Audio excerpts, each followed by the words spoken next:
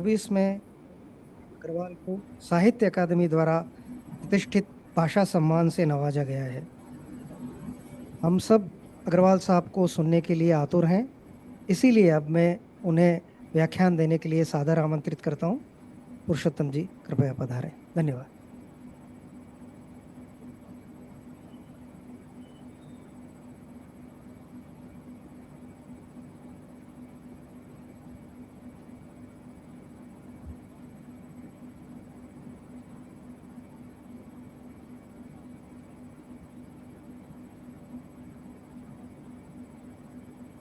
Doctor Mohan Sinha Mehta स्मृति व्याख्यान 2026 के आज के मुख्य वक्ता पुरुषोत्तम अग्रवाल जी को मैं मंच पर आमंत्रित करती हूँ। आप सभ्यता, समीक्षा, संघर्ष और संवाद विषय पर अपना व्याख्यान देंगे। व्याख्यान के अंत में प्रश्नोत्तर का सत्र रखा गया है। पुरुषोत्तम जी, आपका बहुत बहुत स्वागत। मैं आयोजकों का, खास करके अपने मित्र अजय का, नीलिमा जी का आभारी हूँ कि मुझे यहाँ आने का अवसर मिला। आमतौर से किसी भी व्याख्यान के पहले यही कहा जाता है, मैं भी कहता हूँ, कोई नई बात नहीं कही। ठीक वैसे ही जैसे कहा जाता है कि इन्हें परिचय देने की जरूरत नहीं है, फिर पूरा परिचय दिया जाता है। गनीमत है कि आज ये नहीं कहा गया कि परिचय देने की जरूरत नहीं है, तो परिचय दिया गया, अच्छा लगा। लेकिन जो मैं कह रहा हूँ वो सच इसलिए है कि मेरी उम्र 70 साल हो गई। भारत के आजाद होने के कोई 8 बरस बाद मेरा जन्म हुआ था, और कुछ लोग कहते हैं कि 60 साल में क्या हुआ क्या नहीं हुआ। मुझे लगता है कि पिछले 15-20 साल में ऐसा तो कुछ जरूर हुआ है कि अब कभी कभी मुझे लगने लगता है कि गांधी, नेहरू, टैगोर, ये सब लोग वास्तव में हुए थे इसी देश में, या ये केवल किंवदंतियां हैं। कभी कभी सचमुच विश्वास नहीं होता कि इस देश में कभी जवाहरलाल नेहरू हुआ करते थे, रविन्द्रनाथ टैगोर हुआ करते थे, सर्वपल्ली राधाकृष्णन हुआ करते थे। यकीन नहीं होता, कई बार विश्वास नहीं होता। अब बनारस हिंदू यूनिवर्सिटी, सागर यूनिवर्सिटी, अलीगढ़ मुस्लिम यूनिवर्सिटी, विश्व भारती, आज हम लोगों के लिए सिवाय यूनिवर्सिटी के कुछ नहीं है। वहां भी वही सब होता है जो दूसरी किसी भी यूनिवर्सिटी में होता है। लेकिन कल्पना कीजिए कि ये यूनिवर्सिटीज उन लोगों का सपना थी और एक व्यापक बृहत्तर भारतीय सपने का हिस्सा था। They were individual dreams as well as part and parcel of the national dream called India. Bharat नामक सपने का यह हिस्सा थी। यह संस्था, इसके बारे में मैंने थोड़ा बहुत सुना था, जाना था, मोहन सिंह जी के बारे में, जगत मेहता जी के बारे में, अन्य लोगों के बारे में। लेकिन जब मैंने अपने एक दो दोस्तों को बताया कि भाई मुझे इस बार वहाँ मोहन सिंह मेहता व्याख्यान देने के लिए बुलाया गया है, तो उन लोगों का जो उससे यहाँ से जुड़े रहे हैं, इन संस्थाओं से, इनकी गतिविधियों से, उनकी प्रतिक्रियाएं देख करके मुझे लगा कि वाकई कुछ अलग मामला है। और अभी जब मैं यहाँ देख रहा था और ये सब चीजें, अभी हम लोग विद्या मंदिर से होते हुए आए हैं यहाँ तक, मैं आप लोगों का बहुत आभारी हूँ अजय कि ऐसे किंवदंती व्यक्तित्व, ऐसे किंवदंती पुरुष की स्मृति में स्थापित ये व्याख्यान देने का अवसर आपने मुझे दिया। और मैंने विषय यही सोचकर तय किया है, विषय मुझे तय करने की छूट दी गई थी, क्योंकि मुझे लगता है कि जैसे मैंने कहा कि कभी कभी लगता है कि जैसे ये लोग वास्तव में हुए या नहीं। मुझे लगता है कि जैसे सचमुच हम इस समय सभ्यता की पुनर्परिभाषा, सभ्यता के संकट से गुजर रहे हैं, जिसका एक बहुत मोटा रूप आप देख सकते हैं, बहुत ही मोटा। सभ्यता के बाकी सब अर्थ अपनी जगह, लेकिन सभ्यता का एक अर्थ जो बहुत सिंपल है, शिष्टाचार, अखलाक, आदाब। मैंने तो अपने घर में टेलीविजन हटा के फेंक दिया है, और आप में से जो भी पेरेंट्स अपने बच्चों की जुबान बिगड़ने से बचाना चाहते हैं या उन्हें बदतमीज और बेअदब होने से बचाना चाहते हैं, और मेरी उम्र के जो लोग अपने बीपी पे कंट्रोल रखना चाहते हैं, उन्हें मेरी बहुत सिंसियर एडवाइस है कि टीवी समाचारों से पूरी तरह मुक्त हो जाए। बाकायदा मां बहन की गालियां होती हैं, हाथापाई होती है। हम ऐसे समय में जी रहे हैं जबकि दुनिया का सबसे ताकतवर आदमी पब्लिकली एफ वर्ड का इस्तेमाल करता है। हमारे देश का गृह मंत्री लोकसभा में साला शब्द का इस्तेमाल करता है। हम अद्भुत समय में जी।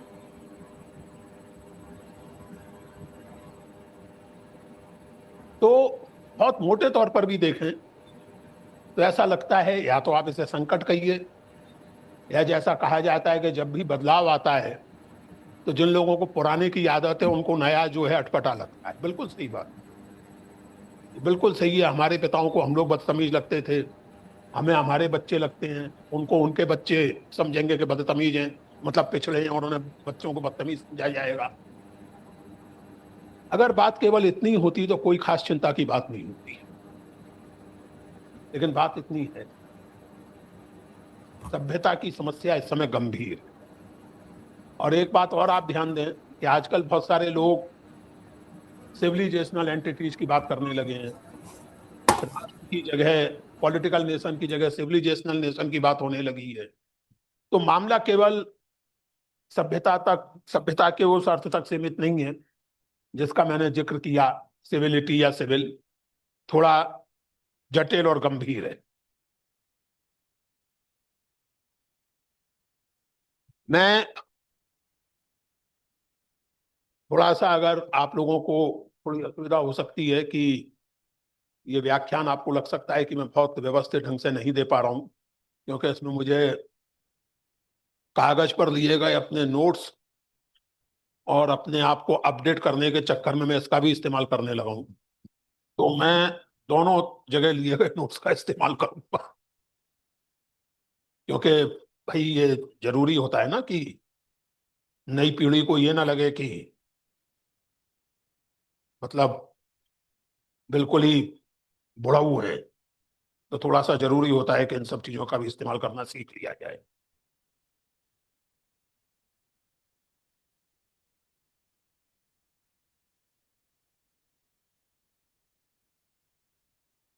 मनोहर श्याम जोशी हिंदी के एक बहुत महत्वपूर्ण लेखक हैं, या थे, गुजर गए। उनका एक उपन्यास है कुरु कुरु स्वाहा, 1982 में प्रकाशित हुआ था। उस उपन्यास के आरंभ में जोशी जी ने ऋत्विक घटक, प्रसिद्ध फिल्म निर्देशक, जीनियस, उनका एक कथन उद्धृत किया है, और वो कथन मैं आपके सामने पढ़ रहा हूं।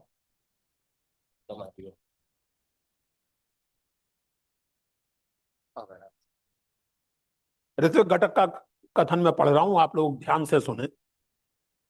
पता नहीं क्यों ऐसी प्रतीति होती है कि आधुनिक सभ्यता एक अबोध बच्ची है जिसका चंडिका की मिथक आदि छवि से हठात सामना हो गया है। समूची सभ्यता का भविष्य और अस्तित्व इसी भयंकर साक्षात के परिणाम पर निर्भर है। अपनी इस बात को ब्यौरेवार समझा सकना मेरे लिए कठिन होगा। चंडिका की आद्य छवि, चंडिका यानी प्रकृति की विध्वंसकारिणी शक्ति, उसी प्रकृति की जिसकी कल्याणकारिणी शक्ति भी हम जानते हैं और उसको भी हम देवी ही मानते हैं, लेकिन चंडिका यानी विध्वंसकारिणी शक्ति। ऋत्विक घटक के रूपक को अगर खोलें, उसको समझने की कोशिश करें, तो मनुष्य की प्रकृति, ये इतिहास हमें दिखाता है कि मनुष्य की प्रकृति में निर्माण और विध्वंस दोनों बद्धमूल है। मनुष्य की प्रकृति में एक तरफ सहयोग है, सहकार है, दूसरी तरफ प्रतियोगिता है, हिंसा करने की कोशिश है, दूसरे को कंट्रोल करने की कोशिश है, दूसरे के साथ कोऑपरेट करने की भी। दोनों चीजें मनुष्य की प्रकृति।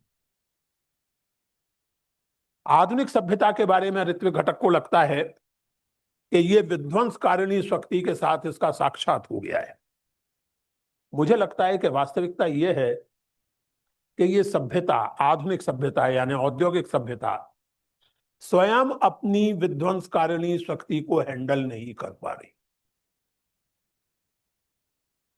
इन्हें आपने परमाणु बम बना लिया, अब आपकी सारी ताकत इसमें है कि न्यूक्लियर क्लब के सदस्यों की संख्या ना बढ़ते पाए। लेकिन न्यूक्लियर पावर को आप अनडू नहीं कर सकते, ये संभव नहीं है। आप नापाम बम बना लें, उसके बाद उस टेक्नोलॉजी को अनडू करना लगभग असंभव। तो इस सभ्यता में जो विध्वंसकारिणी शक्ति रही है और बढ़ती जा रही है दिनों दिन, और जिसको हम आत्मसात भी करते जा रहे हैं। अभी बात हो रही थी कि दिल्ली छोड़ के उदयपुर आ बसिए, दिल्ली में प्रदूषण बहुत अधिक है। बात सही भी है। दिल्ली में अगर आप रहते हैं और स्मोक नहीं भी करते हैं, तब भी केवल दिल्ली में रहने के कारण आप लगभग 20 सिगरेट रोजाना पी जाते हैं। इसलिए मैं तो सीधे सीधे सिगरेट ही पीता हूं, वरना गुनाह और बेलज्जत का क्या फायदा। फेफड़े बर्बाद भी हो रहे हैं, आप सिगरेट भी नहीं पी रहे, क्या फायदा उसका। तो गुनाह किया जाए तो लज्जत के साथ किया जाए। तो ये स्थिति है साहब।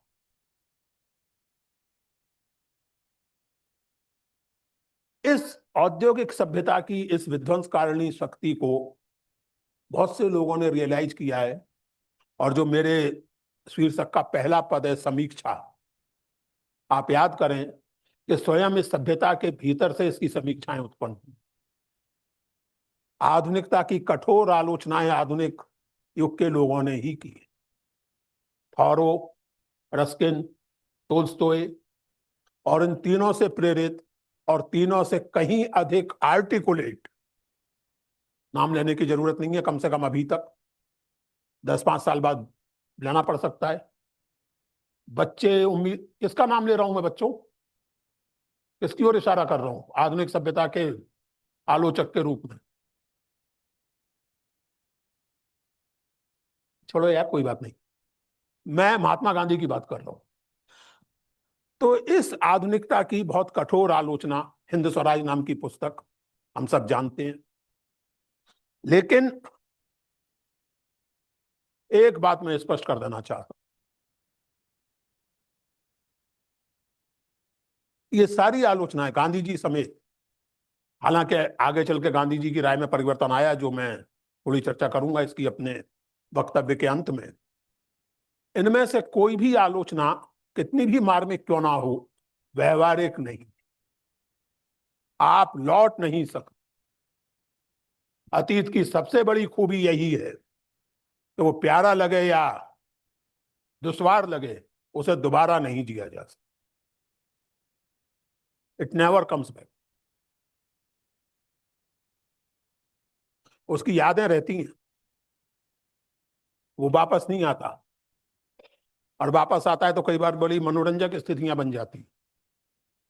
अब मैं अगर अपना 40 साल पुराना फोटो देखूं तो मुझे खुद शर्म आने लगती है, तो ना ही देखना बेहतर।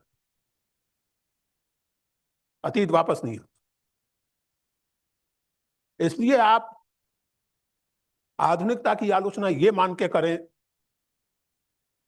कि जो यंत्र शक्ति है, जो औद्योगिक संसाधन है, औद्योगिकरण है, इसको पूरी तरह खत्म करके रिटर्न टू नेचर जैसा कुछ हो सकता है। क्षमा करें, मुझे नहीं लगता कि ऐसा सब। इसलिए समीक्षा अगर करनी है तो समीक्षा भविष्य उन्मुखी होनी चाहिए। और इस सभ्यता में भी, जैसे मनुष्य की प्रकृति में, मैंने अभी आपसे कहा कि मनुष्य की प्रकृति में विध्वंस का एक बड़ा प्रचंड तत्व है, हम सब जानते हैं। लेकिन उसी प्रकृति में करुणा का तत्व भी है। मशहूर एंथ्रोपोलॉजिस्ट मार्गरेट मीड का वो कथन, वो उदाहरण हम सबने सुना होगा, और आपने सुना होगा कि उन्होंने कहा कि मानव की सभ्यता तब आरंभ होती है, मनुष्य तब बनता है जब हम पहली बार इतिहास में हजारों साल पहले प्राक ऐतिहासिक काल में पाते हैं कि किसी फॉसिल में हड्डी जुड़ी हुई दिख रही। इसका मतलब यह है कि वो जो व्यक्ति था या मनुष्य था, उसके साथ ही उसे छोड़ के नहीं चले गए। किसी ने उसकी केयर की, वरना उसको दूसरे जानवर खा गए होते। किसी ने ये ध्यान रखा कि उसे चलना ना पड़े, तो वह हड्डी जुड़ गई। मार्गरेट मीड सही कहती हैं कि सभ्यता का आरंभ वहां से, जब मनुष्य के साथ सहकार करने की शुरुआत करता है। जब आप अपनी रफ्तार को रोक के, जो पीछे छूट गया है, उससे पूछते हैं कि भाई क्या हुआ, क्या तकलीफ है। रूसो ने कहा था, रूसो ने केवल ये नहीं कहा था कि रिटर्न टू नेचर, रूसो ने ये भी कहा था कि मनुष्य की दो स्वाभाविक वृत्तियां हैं। एक बहुत प्रसिद्ध है, हम लोगों को 8वीं 10वीं क्लास में पढ़ा दिया जाता है, स्वतंत्रता, मैन इज बॉर्न फ्री। लेकिन रूसो ने यह भी कहा था कि मनुष्य में कंपैशन नेचुरल है, करुणा दूसरे के दुख के प्रति, वो भी उतना ही नेचुरल है। और केवल ये आधुनिक की बात नहीं है, अगर आप कम से कम हिंदू परंपरा में, भारतीय परंपरा में शांति पर्व में भीष्म पितामह का वो कथन याद कीजिए, जब वे युधिष्ठिर से कहते हैं कि सबसे बड़ा ब्रह्म, सबसे बड़ा सत्य ये है कि मनुष्य से ऊपर कुछ नहीं। तो सभ्यता हो, धर्म हो, संस्कृति हो, उसके केंद्र में मनुष्य मात्र की चिंता होनी चाहिए। ये एक कोण हो सकता है सभ्यता की समीक्षा का, लेकिन पीछे की ओर जाना ये संभव नहीं। और मैंने जैसे आपसे कहा कि गांधी जी के हिंद स्वराज की चर्चा बहुत होती है, और ऐसा लगता है कि जैसे गांधी जी हिंद स्वराज पर जीवन भर अड़े रहे, और खुद उन्होंने भी कहा कि मैं अड़ा रहा। लेकिन रिटॉरिक से अलग हटकर अगर देखें तो 1945 में जवाहरलाल जी को लिखी एक चिट्ठी में गांधी जी लिखते हैं, मैं आधुनिक विज्ञान को सराहते हुए मानता हूं कि इसके प्रकाश में पुरातन को किया जाना चाहिए। जैसे महात्मा गांधी 1940। ये मत समझो कि मैं वैसे ही देहाती जीवन की कल्पना कर रहा हूं जैसा आज है। मेरे सपनों का गांव अभी मेरे मन में ही है। रेलवे, डाक, टेलीग्राफ आदि की भी कल्पना की जा सकती তুমি চলে যাও ফটো আসছে ওখানে अंग्रेजी में सब envisages, railway, post and telegraph can also be envisages. याद कीजिए 1909 में गांधी जी अस्पतालों को भी बर्दाश्त करने को तैयार नहीं। अदालतों और अस्पतालों से भी गांधी जी पूरी खफगी जाहिर करते हैं। 1945 में वो रेलवे, डाक और टेलीग्राफ को अपने गांव में एनविसेज करने को तैयार है। मेरे लिए मुख्य बात है पहले असली चीज हासिल करना, बाकी बाद में अपने आप आ जाएंगी। असली चीज छूट गई तो बाकी भी छूट जाएगी। सभ्यता समीक्षा का मूल प्रश्न यही है कि वो असली चीज क्या है, छूट नहीं चाहिए। बाकी चीजें डिटेल्स की हैं, बाकी चीजें कम ज्यादा हो सकती हैं, लेकिन वो असली चीज क्या है जो नहीं छूटनी चाहिए। इस बात को ध्यान में रखें। और एक दूसरे मुद्दे को हम देखें अब यहां। सभ्यता, जैसा मैंने आपसे कहा कि शिष्टाचार, लोकाचार, लेकिन सभ्यता का एक पारिभाषिक अर्थ भी है, और वो है उत्पादन संबंध, समाज व्यवस्था, एन अचीव्ड स्टेट, जिसको रेमंड विलियम्स ने कहा है, a certain kind of social organisation. और ये हम सब जानते हैं कि यूरोप में सिविल को बहुत महत्व दिया जाता है, सिटी को, नगर को। और इसलिए वहां जो वर्गीकरण होता था वो सीधे सीधे ये होता था, सिटी के अंदर भी कुछ सिटीजन्स होते थे, कुछ प्लेबियंस होते। सिटीजन्स यानी जो नगर का एलीट है उसको वोटिंग राइट होता था, प्लेबियंस को नहीं होता था।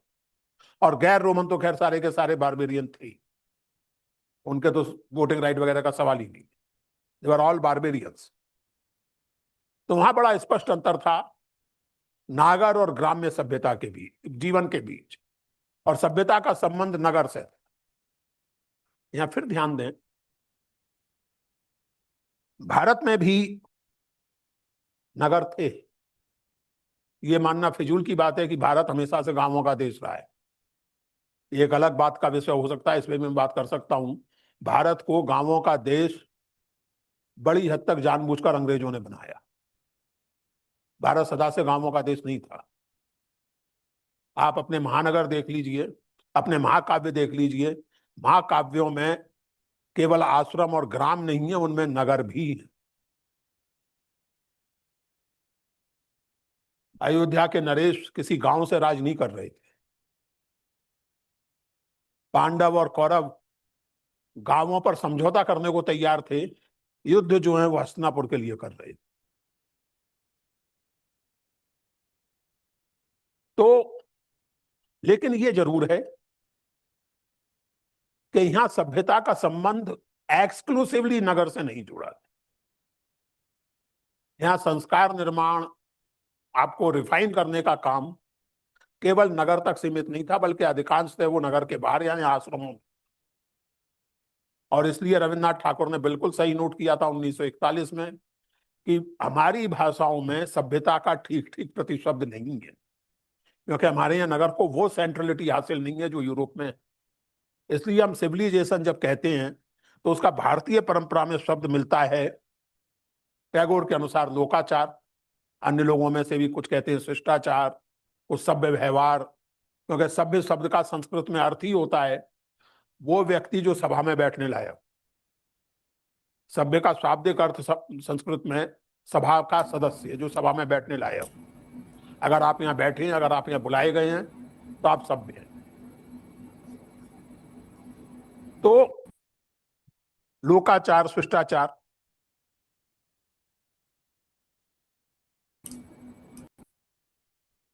सभ्यता का ये पहलू जिसकी अभी हमने चर्चा की, नगर, जाहिर है कि उसका संबंध उत्पादन व्यवस्था से है। और इसी अर्थ में हम लोग कृषि आधारित सभ्यता की बात करते हैं, औद्योगिक सभ्यता की बात करते हैं, और पिछले कुछ वर्षों से तो एकेडमिक हलकों में पोस्ट इंडस्ट्रियल सोसाइटी की भी बात हो रही है। हम इंडस्ट्रियल सोसाइटी को आगे जा चुके, इंफॉर्मेशन सोसाइटी की बात होती है, नॉलेज सोसाइटी की बात होती है, नॉलेज सिविलाइजेशन की बात होती है। लेकिन सभ्यता का ये एक, अगर आप सामान्य अर्थ ले लें कि एक व्यवस्था, एक अचीव्ड स्टेट, तो इस अर्थ में सभ्यता औद्योगिक है या औद्योगिक के बाद है। लेकिन सभ्यता शब्द में एक और अर्थ निहित होता है, और वो है किसी समुदाय की अपनी परंपरा, अपनी संस्कृति, अपने विश्वास। इस अर्थ में हम यूरोपीय सभ्यता, ईसाई सभ्यता, हिंदू सभ्यता, इस्लामी सभ्यता आदि की बातें करते हैं। तो अलग अलग सभ्यता का एक अर्थ हुआ, आप कहिए कि बुनियादी, स्ट्रक्चरल, और एक दूसरा अर्थ हुआ जो मान्यताओं, विश्वासों, संस्कृतियों आदि से जुड़ता है। अब ये जो संघर्ष की बात, आप ध्यान दें, एक अमेरिका में एक विद्वान थे सैमुअल हंटिंगटन। सैमुअल हंटिंगटन ने 1993 में एक निबंध लिखा था, क्लैश ऑफ सिविलाइजेशंस। और उस निबंध को लिखने की पृष्ठभूमि यह थी कि उनसे कुछ वर्ष पहले, संभवतः 2 वर्ष पहले या 1 वर्ष पहले ही, फ्रांसिस फुकुयामा एक निबंध लिख चुके थे, एक पुस्तक लिख चुके थे, और उस पुस्तक का नाम था the end of history. Soviet संघ का विघटन हो चुका था। फुकुयामा की थीसिस ये थी कि सोवियत संघ के विघटन के बाद अब वेस्टर्न लिबरल डेमोक्रेसी, इसके साथ ही इतिहास समाप्त होता है। अब बाकी जो दूसरे सारे समाज हैं उन्हें इसी तरफ आना होगा, वेस्टर्न या अमेरिकन स्टाइल ऑफ डेमोक्रेसी की ओर। धीरे धीरे वो आते जाएंगे। इतिहास का यही लक्ष्य था, इतिहास यहाँ पहुंचकर समाप्त हुई। विडंबना ये है, और ये मजेदार काम किया फुकुयामा ने, कि एंड ऑफ हिस्ट्री और ये सारी शब्दावली उन्होंने मार्क्सवादियों से ही दी। मार्क्सवादी क्लासलेस सोसाइटी को एंड ऑफ हिस्ट्री मानते हैं कि एक ऐसा समय आएगा जब समाज में वर्ग भेद खत्म हो जाएगा और उसके बाद चलेंगी चीजें। ऐसा नहीं कि लोग गायब हो जाएंगे, लेकिन इतिहास के द्वंद्व, इतिहास की समस्याएं समाप्त हो जाएंगी। लोगों को झगड़ना होगा तो और चीजों के लिए झगड़ेंगे, समाज बदलने के चक्कर में नहीं पड़ेंगे, क्योंकि समाज में जो बदलना था वो बदल चुका, क्लासलेस सोसाइटी बन चुकी। फुकुयामा ने ऐसी थीसिस को लिबरल डेमोक्रेसी में लागू कर दिया। उन्होंने कहा कि एंड ऑफ हिस्ट्री हो चुका, अब इसके आगे कुछ नहीं है। जाहिर है कि उसका वामपंथियों ने बहुत कठोर खंडन किया और सब बहस चली। लेकिन हंटिंगटन ने फुकुयामा का खंडन एक दूसरे कोण से किया। उन्होंने कहा कि सोवियत संघ के विघटन से यह साबित नहीं होता कि एंड ऑफ हिस्ट्री हो गया है। पॉलिटिकल क्लैश खत्म हो गया है, कम्युनिज्म और कैपिटलिज्म के बीच का क्लैश खत्म हो गया है, लिबरलिज्म और अथॉरिटेरियनिज्म के बीच का क्लैश खत्म हो गया है। लेकिन जो क्लैश अभी मौजूद है और ज्यादा भयानक क्लैश होने वाला है, संघर्ष होने वाला है, हंटिंगटन के अनुसार वो है सभ्यताओं का संघर्ष। जाहिर है कि इस निबंध ने काफी विवाद उत्पन्न किया और उस विवाद का जवाब देते हुए और चीजों को समेटते हुए फुकुयामा ने पूरी किताब लिख दी 1997 में, क्लैश ऑफ सिविलाइजेशंस। उस किताब की 2-3 स्थापनाएं हमारे मतलब की हैं अभी। उन्होंने कहा कि अब सारी दुनिया इंटीग्रेट हो रही है, ये वास्तविकता है। टेक्नोलॉजी के कारण, इंफॉर्मेशन टेक्नोलॉजी के कारण सारी दुनिया एक दूसरे के बहुत निकट आ रही है और ये हम सब अपने अनुभव से जानते हैं। एक जमाने में भारत से लंदन जाने में पानी के जहाज से 1 महीना लगता था, अब आप 5 घंटे में पहुंच जाते। ये मैं अपने निजी अनुभव से याद करते हुए कहूं और आप लोग भी उस अनुभव से जोड़ सकते हैं अपने आप को। मैं पहली बार विदेश 1998 में गया था, जर्मनी गया था, और वहां से घर पर फोन करने के लिए उधर मैं लाइन में लगता था बूथ के सामने इधर हमारी मैडम जी लाइन में लगती थी बूथ के सामने। जेएनयू में एक बूथ था, वो पहले से बुक करना पड़ता था कि भाई इतने समय वहां से फोन आएगा। मैं 2002 में मैक्सिको गया तो जिस गेस्ट हाउस में मुझे ठहराया था यूनिवर्सिटी ने, वहां मैं इंतजार करता था कि दिल्ली से फोन आएगा, और नहीं आता था तो रूठ जाता था, झगड़ता था पत्नी से, बच्चों से। अभी की स्थिति आप लोग जानते हैं और केवल 24 साल हुई। मैं अभी अपने फोन से यूएसए में बैठे अपने बेटे से बात कर सकता हूं, दिल्ली में बैठी अपनी पत्नी से बात कर सकता हूं, right at this in real time. तो दुनिया वाकई बहुत निकट आई, बहुत इंटीग्रेशन। हंटिंगटन की थीसिस का ये पहलू इंटरेस्टिंग और ध्यान देने योग्य है। उन्होंने कहा कि इसी इंटीग्रेशन के कारण अलग अलग संस्कृतियों में सेंस ऑफ एसर्शन पैदा हो। इस इंटीग्रेशन से जैसे निपटने के लिए हर संस्कृति अपने होने पर बल दे रही है। आप लोग खुद इस बात को नोट कर सकते हैं, मेरे मुस्लिम मित्रों की माएं और पत्नियां हिजाब नहीं पहनती, उनकी बेटियां पहनती। मैं जब जेएनयू में था तो अकल्पनीय था कि कोई छात्रा या प्रोफेसर बुर्का या हिजाब पहने। अभी पिछले दिनों मैं जेएनयू गया, मैंने कम से कम 20 बच्चियों को हिजाब या बुर्का पहने थे। दिस इज एसर्स कि हम कितना भी कंप्यूटर इस्तेमाल कर लें, कितना भी कुछ कर लें, लेकिन हम मुसलमान। ठीक उसी तरह जैसी धार्मिकता और जैसी आक्रामक धार्मिकता की कल्पना मेरे पिता, मेरी मां और मैं स्वयं नहीं कर सकते, वैसी आक्रामकता आपको 20-25 साल के नौजवानों में दिखे। और आईआईएम और आईआईटी के विद्यार्थी जो हैं, वो धर्म के नाम पर कई बार अच्छे काम करते हुए भी और कई बार निहायत बेतुकी हरकतें करते हुए भी दिखे। जिनमें से एक ये है कि ट्रेन में चले जा रहे हैं, कोई गोल टोपी वाला दिख गया तो सबको हनुमान चालीसा याद आने लगती। वैसे कोई परवाह नहीं करता हनुमान चालीसा की। ये एसर्शन हिंदू, उधर तमाम तरह के इस तरह के एसर्शन। तो Huntington has a point when he says it's because of this integration that various cultural identities are asserting themselves forcefully. ये है पॉइंट। दूसरा उनका कहना यह है कि वेस्ट एक है, नॉन वेस्ट अनेक है। ये बहुत इंटरेस्टिंग है। वेस्ट एक है, प्रोटेस्टेंट, कैथोलिक सब एक है, ऑर्थोडॉक्स सब एक है, नॉन वेस्ट अनेक है। हिंदू है, बौद्ध है, एक शब्द उन्होंने इस्तेमाल किया है साइनिक यानी चीनी, इस्लाम है। और तीसरी स्थापना उनकी यह है कि इस्लाम चूंकि विश्वव्यापी धर्म है, और इस्लाम के बारे में हंटिंगटन जिस तरह की बातें करते हैं उसके लिए हंटिंगटन को पढ़ना जरूरी नहीं है। आप आजकल के किसी भी राइट विंग ट्विटर वाले को पढ़ लें, या जो तरह तरह के इतिहासकार पैदा हुए हैं उनको पढ़ लें, और अगर आपने हंटिंगटन को पढ़ा होगा तो आपको लगेगा कि यार अनुवाद है, लेकिन काफी घटिया अनुवाद है। हंटिंगटन ने इतने क्रूड ढंग से चीजें नहीं कही हैं जितने क्रूड ढंग से जाने अनजाने उनसे प्रेरित लोग कर रहे हैं।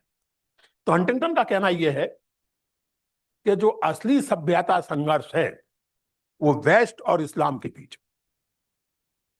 और कम्युनिज्म को जैसे वेस्ट ने निपटाया वैसे इस्लाम को भी निपटाना पड़ेगा। क्योंकि वेस्ट और इस्लाम को एग्जिस्ट नहीं कर सकते। ये हंटिंगटन की थीसिस है, वेस्ट की विशिष्टता। मैं इस थीसिस की समीक्षा करने वाला नहीं हूं, इसके लिए कोई और अवसर हो सकता।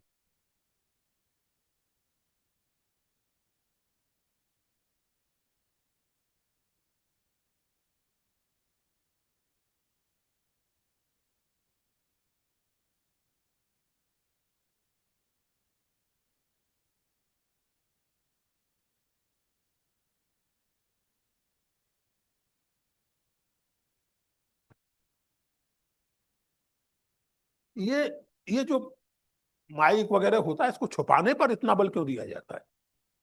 मैं आजकल तो टीवी पे नहीं जाता, लेकिन जब जाता था तो सब वो कुर्ते के अंदर। अरे मैंने कहा यार, हाथ में लेके बैठ जाए तो भी क्या फर्क पड़ना है, दुनिया जानती है कि माइक लगा हुआ है।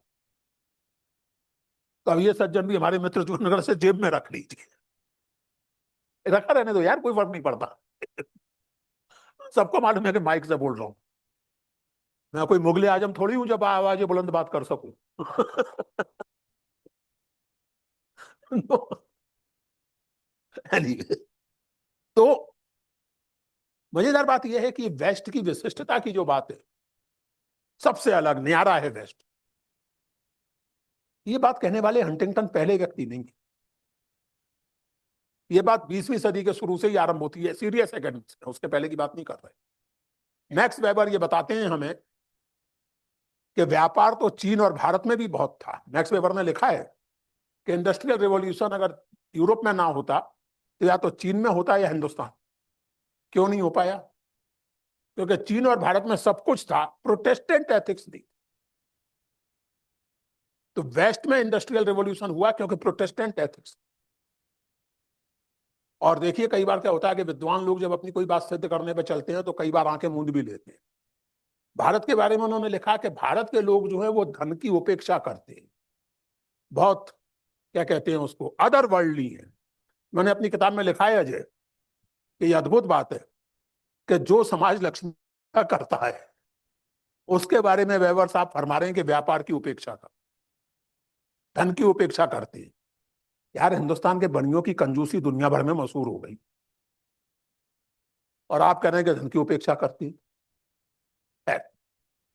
तो वेबर साहब, उनके बाद और बहुत सारे लोग, कि वेस्ट में कुछ ऐसा है कल्चर में, रोमन लॉ का ट्रेडिशन है, ग्रीक फिलोसफी का ट्रेडिशन है, सबसे ऊपर प्रोटेस्टेंट क्रिश्चियनिटी का ट्रेडिशन है, कि वेस्ट जो है वो बाकी दुनिया से निराला है, अलग है।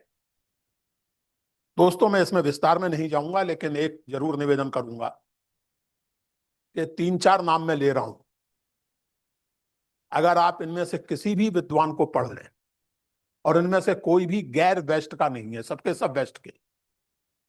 जैक गुडी कैम्ब्रिज यूनिवर्सिटी में प्रोफेसर एमेरिटस थे, आंद्रे गुंदर फ्रैंक, और अभी पिछले दिनों नहीं, कई वर्ष पहले केनेथ पोमेरांज।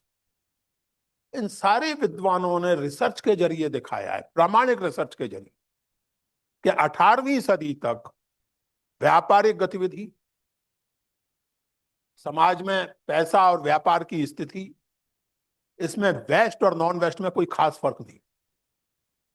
बात एशिया के संदर्भ में हो रही है, और ये हम सब जानते हैं कि 18वीं सदी के आरंभ तक दुनिया की सबसे बड़ी इकोनॉमी चीन थी, और उसके बाद की इकोनॉमी भारत। हम सब जानते हैं, इकोनॉमिक हिस्ट्री का कोई भी विद्यार्थी, कोई बहुत फर्क नहीं था 200 साल पहले।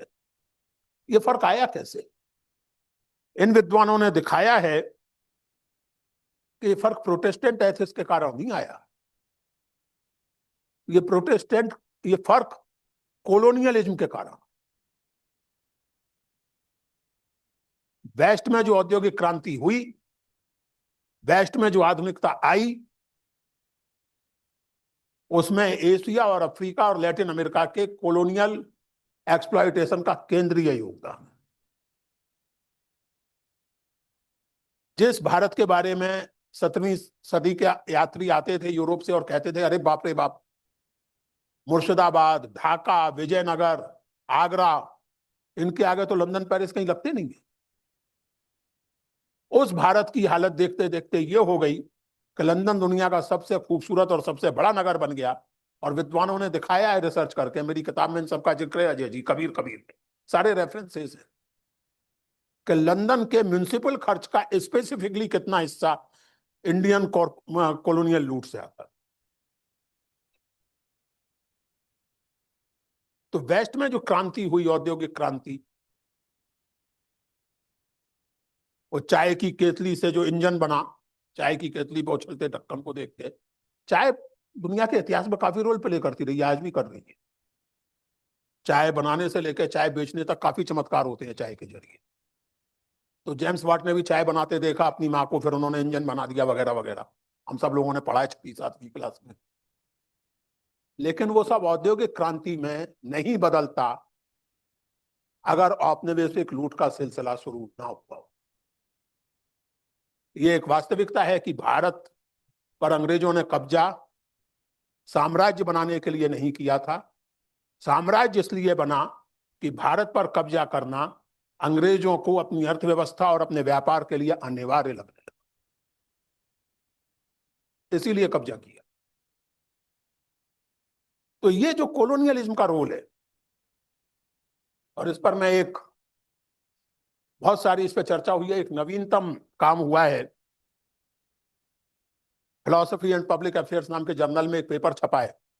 आप में से जो लोग एकेडमिक दिलचस्पी रखते हैं उन्हें देखना चाहिए, डॉक्टर साहब, the chief wrong of colonialism. क्योंकि आजकल हुआ यह है कि यूरोप में एक नया ट्रेंड चला है, अमेरिका और यूरोप में, कि कॉलोनियलिज्म की बुनियादी गड़बड़ या बुनियादी अपराध यह था कि उन्होंने सेल्फ डिटर्मिनेशन बहुत देर से दिया। अगर सेल्फ डिटर्मिनेशन दे देते तो सब ठीक था, बहुत देर से दिया, बहुत सीमित दिया। 1937 में भी जो चुनाव हुए बहुत सीमित इलेक्टोरेट पर थे, वो दे देते तो अंग्रेज भी अच्छे थे, फ्रेंच भी अच्छे थे, सब अच्छे ही अच्छे। इस पेपर में दिखाया गया है कि चीफ रॉन्ग सेल्फ डिटर्मिनेशन से ज्यादा चीफ रॉन्ग था economic exploitation and eraser of moral and economic agency. उसको खत्म कर दिया। ये हम सब जानते हैं। किंवदंतियों को हमें समझना चाहिए। जब आपको ये बताया जाता है, बच्चों से खास करके कह रहा हूं, कि अंग्रेजों ने हिंदुस्तानी जुलाहों के हाथ काट दिए, अंगूठे काट दिए, तो लिटरली काटे या नहीं काटे, लेकिन ऐसी स्थिति कर दी कि उनका बनाया हुआ कपड़ा बिकना असंभव हो गया, क्योंकि हाथ का बना कपड़ा महंगा होगा। हाथ का बना कपड़ा तभी बिकेगा जब कैप्टिव मार्केट ना हो, ओपन कंपटीशन हो। तो उस समय मैनचेस्टर से जो कपड़ा आता था वो तो उस कपड़े की तुलना में कहीं भी नहीं लगता, लेकिन कैप्टिव मार्केट क्रिएट किया, डिस्क्रिमिनेटरी कस्टम लागू किए गए, और इस सबको हमारी लोक स्मृति ने इस रूप में याद किया कि अंगूठे काट दिए। 19वीं सदी के ब्रिटिश एथनोग्राफर्स लिखते हैं कि जुलाहे बड़े उदंड और बदमाश होते हैं। जुलाहे उदंड और बदमाश 19वीं सदी में होने लगे, उसके पहले नहीं होते थे, क्योंकि जिन लोगों को सिस्टमैटिक इरेजर ऑफ एम्प्लॉयमेंट झेलना पड़ा उनमें सबसे ज्यादा जुलाहे। उनके कामों को सबसे ज्यादा नष्ट किया गया, पंजाब से लेकर बंगाल, और फिर उनको उद्दंड, हैबिचुअल ऑफेंडर्स, ये सब कह दिया गया। बहुत फोर्सफुली आर्ग्यू किया इस पेपर में और इसके पहले के पेपर्स में, जो ऋत्विक और बुकानन का पेपर मैंने आपको कहा कि what was the chief wrong of colonialism. और आप ये देखें कि मैक्स वेबर से लेकर हंटिंगटन तक सभ्यताओं के संघर्ष में या सभ्यताओं के निर्माण के फ्रेमवर्क में उसका जो मॉडल वो पेश करते हैं उसमें कॉलोनियलिज्म का दूर दूर तक जिक्र। ब्रिटिश टेक्स्ट बुक्स का अध्ययन करने वालों का कहना है कि आज तक ब्रिटिश टेक्स्ट बुक्स में बच्चों को यह नहीं बताया जाता कि महान ब्रिटिश एम्पायर की हकीकत। ब्रिटिश, बहुत हमारे एक मित्र हैं, स्कॉलर हैं, क्या नाम, पेंडरफियर, उन्होंने बहुत मजेदार बात लिखी है। उन्होंने लिखा है कि ब्रिटिश बच्चे ये नहीं जानते कि अपने देश का, अपने जिस देश का वो इतिहास पढ़ रहे हैं, उस देश का अधिकांश इतिहास ब्रिटेन के बाहर घटित हुआ है। ब्रिटेन का इतिहास ब्रिटेन में नहीं घटित हुआ, बाहर घटित हुआ है। लंदन की शान शौकत और चमक दमक केवल अंग्रेजों की महानता और परिश्रम का नतीजा नहीं थी। इन सब चीजों को इरेज किया जाता है। खैर, रोचक बात यह है, और यहां हमारे यहाँ आजकल एक प्रचलन है और शुरू से रहा है और अभी भी है और किसी हद तक ठीक भी है, मैकॉले की एजुकेशन को बहुत कोसा जाता है। आजकल तो एक फ्रेज चल पड़ा है, मैकॉले पुत्र। जो भी एक खास तरह की राजनीति की आलोचना करने लगे वो एंटी नेशनल होता है, मैकॉले पुत्र होता है। आपने कभी इस बात पर ध्यान दिया है कि अंग्रेजी राज के विरोध में उठकर खड़े होने वाले और सामाजिक और सांस्कृतिक पुनर्जागरण का नेतृत्व करने वाले लगभग 99% लोग उसी शिक्षा पद्धति से निकले थे जिसे मैकॉले ने लागू की। स्वामी दयानंद सरस्वती जैसे एक आध अपवाद को आप छोड़ दें, दयानंद जी अंग्रेजी स्कूल में नहीं गए थे, ऐसे अपवाद को आप छोड़ दें तो महात्मा गांधी, जवाहरलाल नेहरू, सुभाष चंद्र बोस, अरविंदो घोष, ये सब इंग्लैंड में पढ़ के आए। जो इंग्लैंड नहीं भी गए थे पढ़ने, वो अंग्रेजी के जरिए पढ़े, और उसका कारण था जो बात मैं कह रहा हूं कि मैकॉले की शिक्षा पद्धति ने आपके यहाँ एक भिन्न प्रकार की चेतना उत्पन्न की। उसका बहुत स्वाभाविक कारण है। मैकॉले को सचमुच क्लर्क चाहिए थे, और ऐसे क्लर्क चाहिए थे, ऐसे हिंदुस्तानी चाहिए थे जो मिजाज में और रुचियों में अंग्रेज हों, केवल चमड़ी के रंग में ब्राउन। ऐसे हिंदुस्तानी, ऐसे क्लर्क तैयार कैसे होंगे जब उन्हें अच्छी अंग्रेजी आती होगी? अच्छी अंग्रेजी कैसे आएगी? अच्छी अंग्रेजी तब आएगी जब आप अंग्रेजी साहित्य पढ़ेंगे, वरना वो आजकल एक हिंदी पढ़ाई जाती है, अंग्रेजी भी पढ़ाई जाती है यूनिवर्सिटीज में, कॉलेजों में, फंक्शनल हिंदी, व्यवहारिक हिंदी, फंक्शनल इंग्लिश, जिसमें प्रार्थना पत्र लिखना सिखाया जाता है, जिसमें पत्र ऐसे लिखे जाते हैं। मेरी बेटी ने अपनी किताब का एक पत्र मुझे दिखाया था 6वीं 7वीं में जब वो थी, तो जैसे लिखते हैं ना हम लोग, असाइनमेंट देते हैं कि एक पत्र लिखो जिसमें अपनी चेन्नई यात्रा का वर्णन करो। तो मेरी बेटी थोड़ी दुष्ट है, मेरी बेटी आखिरकार, तो उसने कहा कि पापा इस पाठ में जैसे चेन्नई यात्रा का वर्णन है ना, मैं तो कभी चेन्नई ना जाऊं। इतना उबाऊ और इतना लैंग्वेज वो आप 6ठी क्लास में शामिल कर रहे हैं, वो लग रहा है जैसे कोई महापंडित पत्र लिख रहे हैं। जब आप सचमुच किसी को भाषा सिखाना चाहते हैं तो उसे साहित्य पढ़ाते हैं। अगर आप किसी को हिंदी सिखाना चाहते हैं तो आप उसे प्रेमचंद पढ़ाएंगे, आप उसे हजारी प्रसाद द्विवेदी पढ़ाएंगे।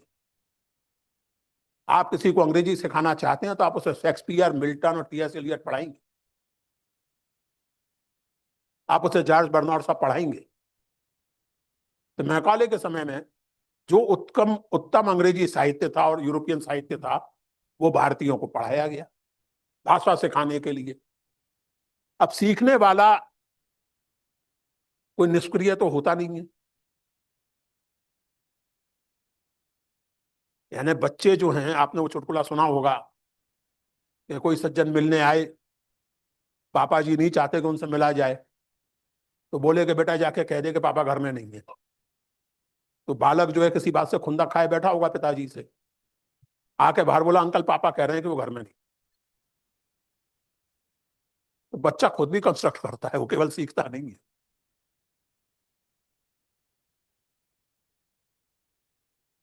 भारत की किस तरह अंग्रेजी शासन द्वारा लूट हो रही है, इसकी पहली बहुत गंभीर और जिसका जवाब नहीं दिया जा सकता था ऐसी समीक्षा दादा भाई नौरोजी ने लिखी। भारत की गरीबी पर, दादा भाई नौरोजी ब्रिटिश पार्लियामेंट के मेंबर थे, और भारत की गरीबी पर बड़ी चर्चा होती थी, और कारण यही बताया जाता कि आलसी हैं इसलिए गरीबी है, गर्मी के कारण दिन भर सोते रहते हैं, काम नहीं करते इसलिए गरीबी है।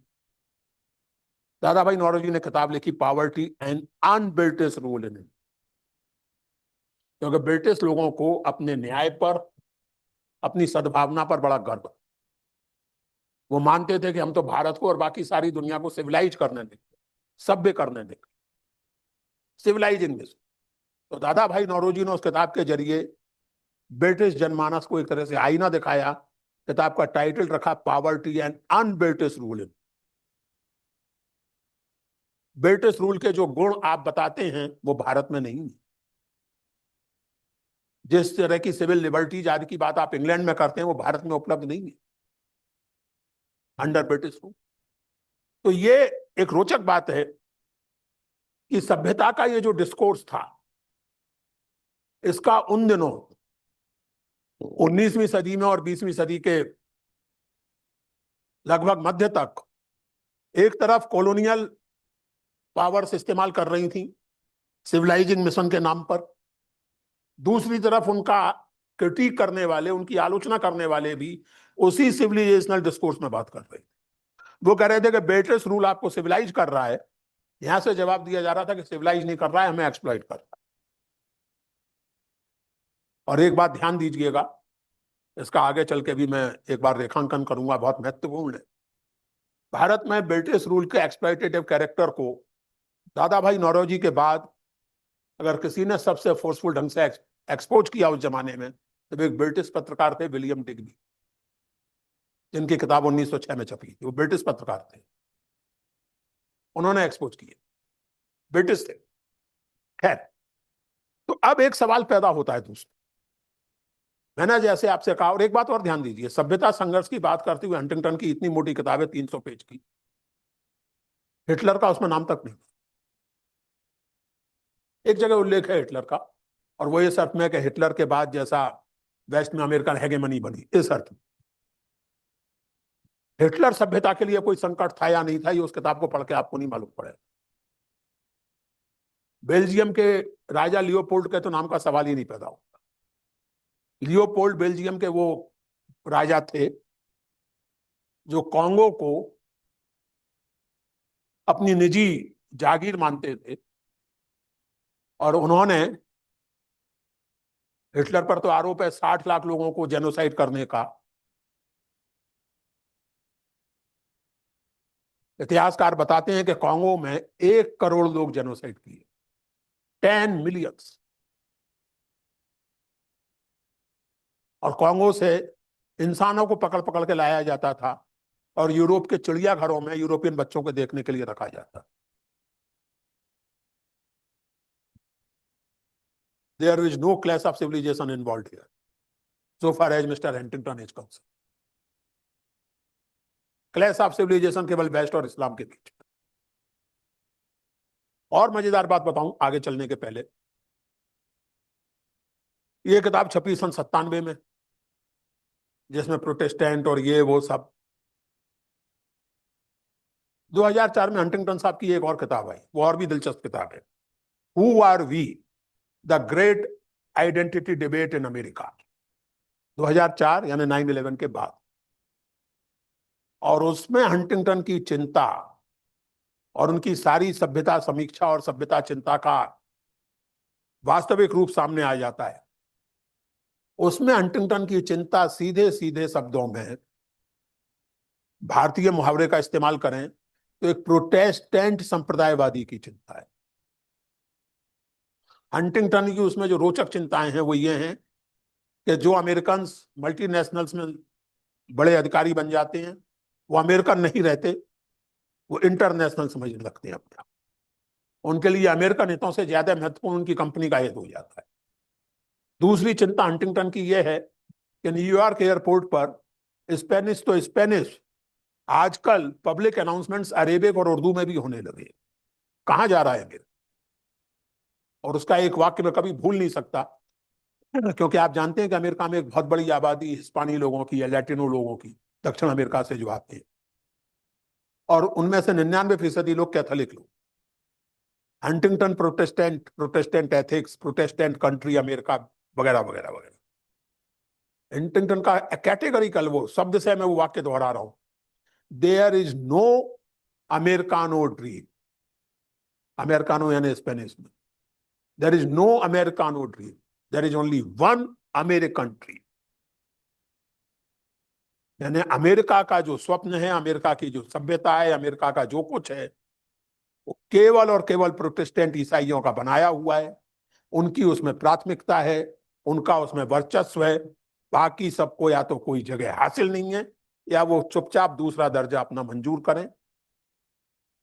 स्पेनिश में ये उम्मीद ना करें कि स्पेनिश में पब्लिक अनाउंसमेंट होंगे, ये उम्मीद ना करें कि कैथोलिक चर्च को भी वो मान्यता मिलेगी जो प्रोटेस्टेंट चर्च को मिलती है। अभी पिछले दिनों प्रेसिडेंट ट्रंप ने पोप की शान में जो गुस्ताखियां की हैं, वो केवल ट्रंप का निजी संकीपन नहीं है, वो हंटिंगटनवादी सोच का स्वाभाविक परिणाम, और उसके पीछे बैकग्राउंड में प्रोटेस्टेंट और कैथोलिक का सैकड़ों साल चला संघर्ष। अब मेरे सामने जो सवाल है दोस्त, हंटिंगटन की मान्यताएं, जैसा मैंने आपको संकेत किया और आप खुद सोचें तो आपको समझ में आ जाएगा, नितांत इतिहास विरोधी मान्य, ऐतिहासिक तथ्यों से भी पुष्ट नहीं है। जैसा मैंने आपसे कहा कि वेस्ट का अनोखापन प्रोटेस्टेंट एथिक्स नहीं बल्कि कोलोनाइजेशन। जैसा मैंने आपसे कहा कि सभ्यता संघर्ष केवल वेस्ट और नॉन वेस्ट के बीच नहीं है। अगर आप सभ्यता का अर्थ मानवीय मूल्यवादी से लगाएं तो वेस्ट के भीतर भी है और दूसरी सभ्यताओं के भीतर भी। हर सभ्यता के भीतर एक तरह का संघर्ष। संस्कृति आदि की बात करें तो किसी भी समाज की तरह अमेरिका में भी एक डाइवर्सिटी का एलिमेंट है, तरह तरह के लोग रहे हैं और अभी भी हैं। तो इस बात को लोग इतनी आसानी से मान कैसे गए, और क्यों? एक तरह का कॉमन सेंस ये बन गया है। इतना कॉमन सेंस बन गया है कि आप जानते हैं एक फ्रेज आजकल बहुत प्रचलित है, इस्लामोफोबिया। और इस्लामोफोबिया केवल एक खोखला शब्द नहीं है, वास्तविकता है। क्यों ऐसा क्यों हुआ है? ताज्जुब होता है ना। मैं आपसे ये कहूं कि मैंने सफेद रंग का कुर्ता पहन रखा है तो आप लोग मान लेंगे क्या? या मैं कहूं आपसे कि मेरी जैकेट नीले रंग की है तो आप मान लेंगे क्या? हैं? उम्मीद है कि नहीं मानेंगे। लेकिन सच्चाई ये है कि अगर मैं आपके मन के किसी कमजोर कोने तक पहुंचने की कला जानता हूं तो आप मान लेंगे। वरना अपने देश में लोग कैसे मान लेते हैं कि जिनकी आबादी 85% है वो खतरे में है, और खासकर से सबसे खतरे में है जब से कि कोट अनकोट हिंदूवादी सरकार सत्ता में आई है। कैसे मान लेते कैसे मान लेते हैं लोग कि हिंदू और मुसलमान के बीच को साझा नहीं है? जिन्ना साहब ने कहा कि हिंदू और मुसलमान के बीच को साझा नहीं है, हम गाय को खाते हैं, वो गाय की पूजा करते हैं, हम बुत परस्ती में यकीन नहीं करते, वो बुत परस्ती करते हैं, कुछ साझा नहीं है। पाकिस्तान की जो ऑफिशियल लैंग्वेज बनी उर्दू, वो और हिंदू, जिन्ना साहब के अनुसार हिंदुओं की जुबान हिंदी। आप में से जो भी लोग जानकार हों, और आजकल तो गूगल करके सभी जानकार हासिल कर सकते हैं जानकारी, कृपया मुझे बताइए कि दुनिया में कौन सी दो भाषाएं ऐसी हैं जिनके बीच बोलचाल के स्तर पर बल्कि काफी क्रिएटिव स्तर तक अनुवाद लगभग असंभव? कौन सी दो भाषाएं ऐसी? मैं यहां बोल रहा हूं, यह जुमला उर्दू का है या हिंदी का है?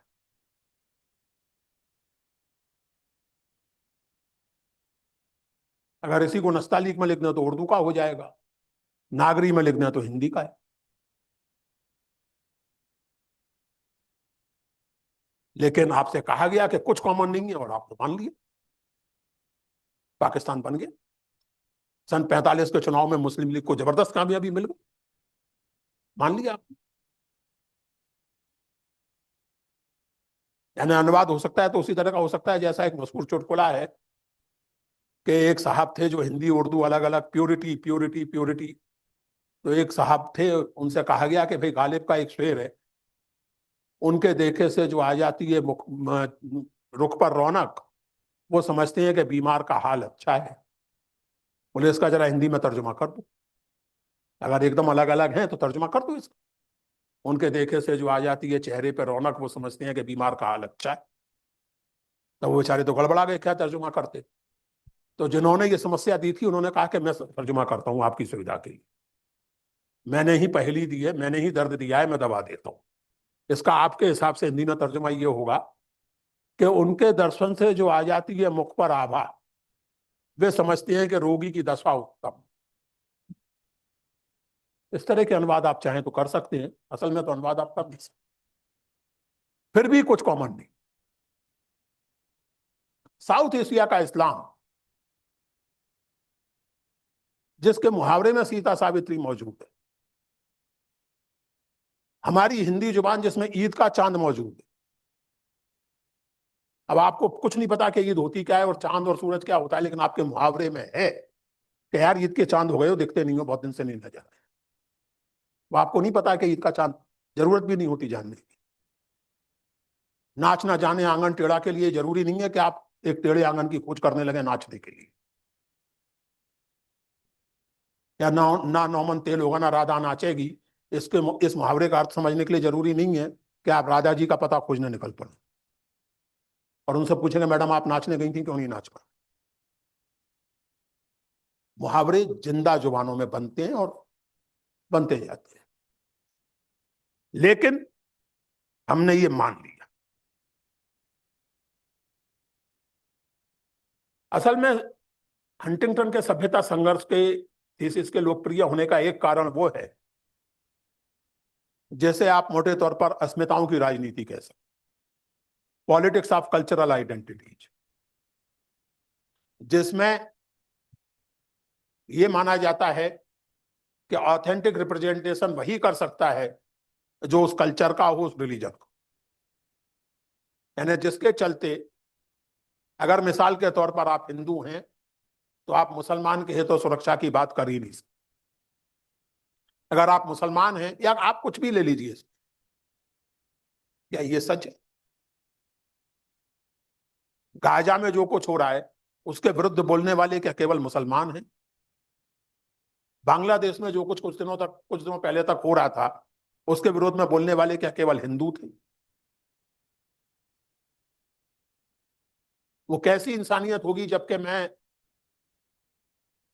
किसी स्त्री पर होने वाले अत्याचार के बारे में चुप्पी साध लूं क्योंकि मैं तो स्त्री नहीं हूं, और मैं बोलूं तो उसे प्रामाणिक ना माना जाए क्योंकि केवल स्त्री बोल सकती है। आप कैसे स्त्री का दुख समझेंगे? मैं इसलिए स्त्री का दुख समझूंगा कि मैं मनुष्य हूं। मनुष्य होने का अर्थ ही यह है कि दूसरे का दुख समझना, जो मेरे जैसा नहीं है उसका दुख समझना, जिस हद तक मैं समझ। लेकिन ये आइडेंटिटी पॉलिटिक्स का ऐसा अजीब खेल चला है दुनिया में इस समय कि हर आइडेंटिटी की अपनी कल्चर है, हर आइडेंटिटी का अपना वो है, सबकी विशिष्टता है। मैं मानता हूं, मैं किसी भी कल्चर के स्पेसिफिक कैरेक्टर को नकारने की बात नहीं करता, लेकिन सारी स्पेसिफिसिटी, सारी विशिष्टताओं के साथ कुछ यूनिवर्सल भी होता है।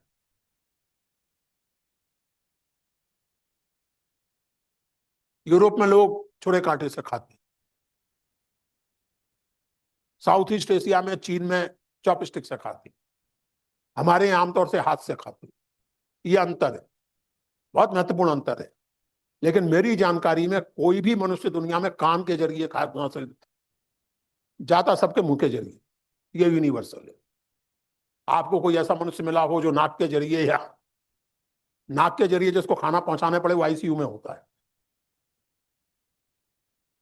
स्वस्थ मनुष्य मुंह के जरिए ही खाना पेट तक पहुंचा। This is universal. सभी दो टांगों पर ही चलते हैं, तीसरी टांग किसी के पास नहीं। This is universal. इसी तरह कल्चर्स में, civilizations में, there is a lot of difference and there should be difference. It should be celebrated, but not at the cost of universal. और वो यूनिवर्सल क्या है?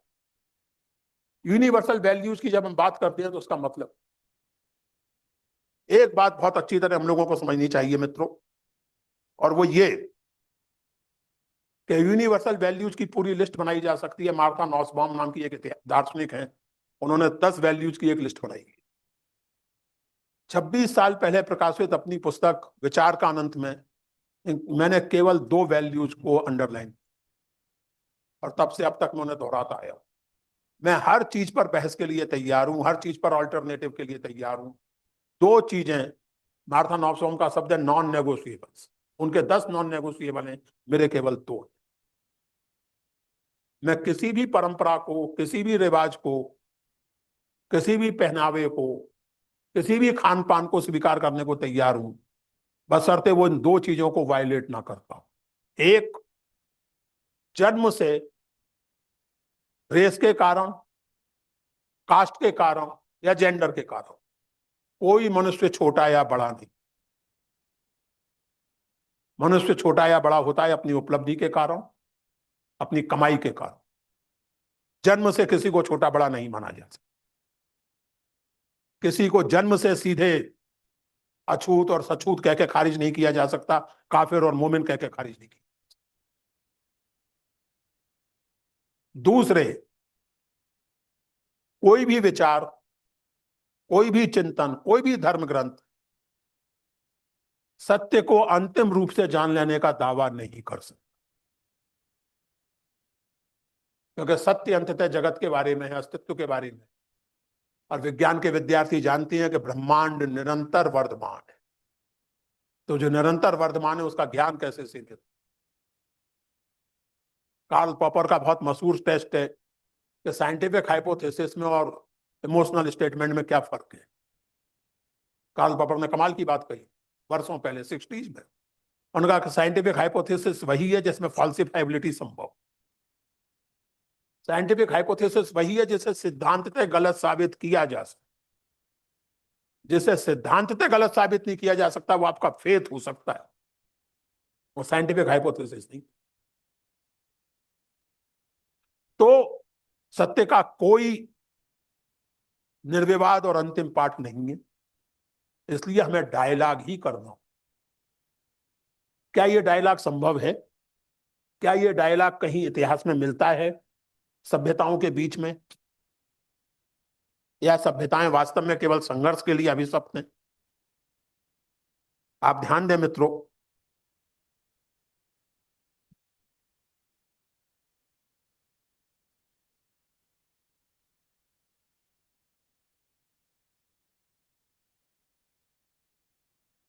लाला लाजपत राय, मैं सच कह रहा हूं कि अगर ये उद्धरण में बिना नाम बताए पढ़ता तो आपको यकीन नहीं होता कि लाला लाजपत राय का उद्धरण है, क्योंकि लाला लाजपत राय को इतनी बुरी पब्लिसिटी मिली है विभिन्न कारणों से।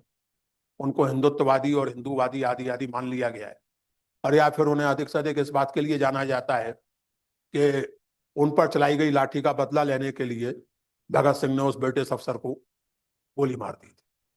लाला लाजपत राय का जीवन केवल यहां तक सीमित नहीं है, वो अपने आप में एक फॉर्मिडेबल इंटेलेक्चुअल और संगठन। 1918 में लाला लाजपत राय ने कुछ निबंध लिखे थे जो यंग इंडियन नाम से प्रकाशित हुए। उनमें से एक निबंध में लाला लाजपत राय जो लिखते हैं वो मैं आपके सामने पढ़ना चाहता हूं। The Muslim enriched the hoary civilization of India with their own literature and art, evolved and developed by their own creative and versatile genius from the Himalayas to Cape Comorin, that is Kanyakumari. The entire country is studded with those gems of art which remind us of the glorious period of Muslim rule. इससे कहीं ज्यादा महत्वपूर्ण आ गया। ये तो ठीक है, एक बहुत बार कही गई बात है, लेकिन यहां जो कह रहे हैं वो बहुत महत्वपूर्ण है।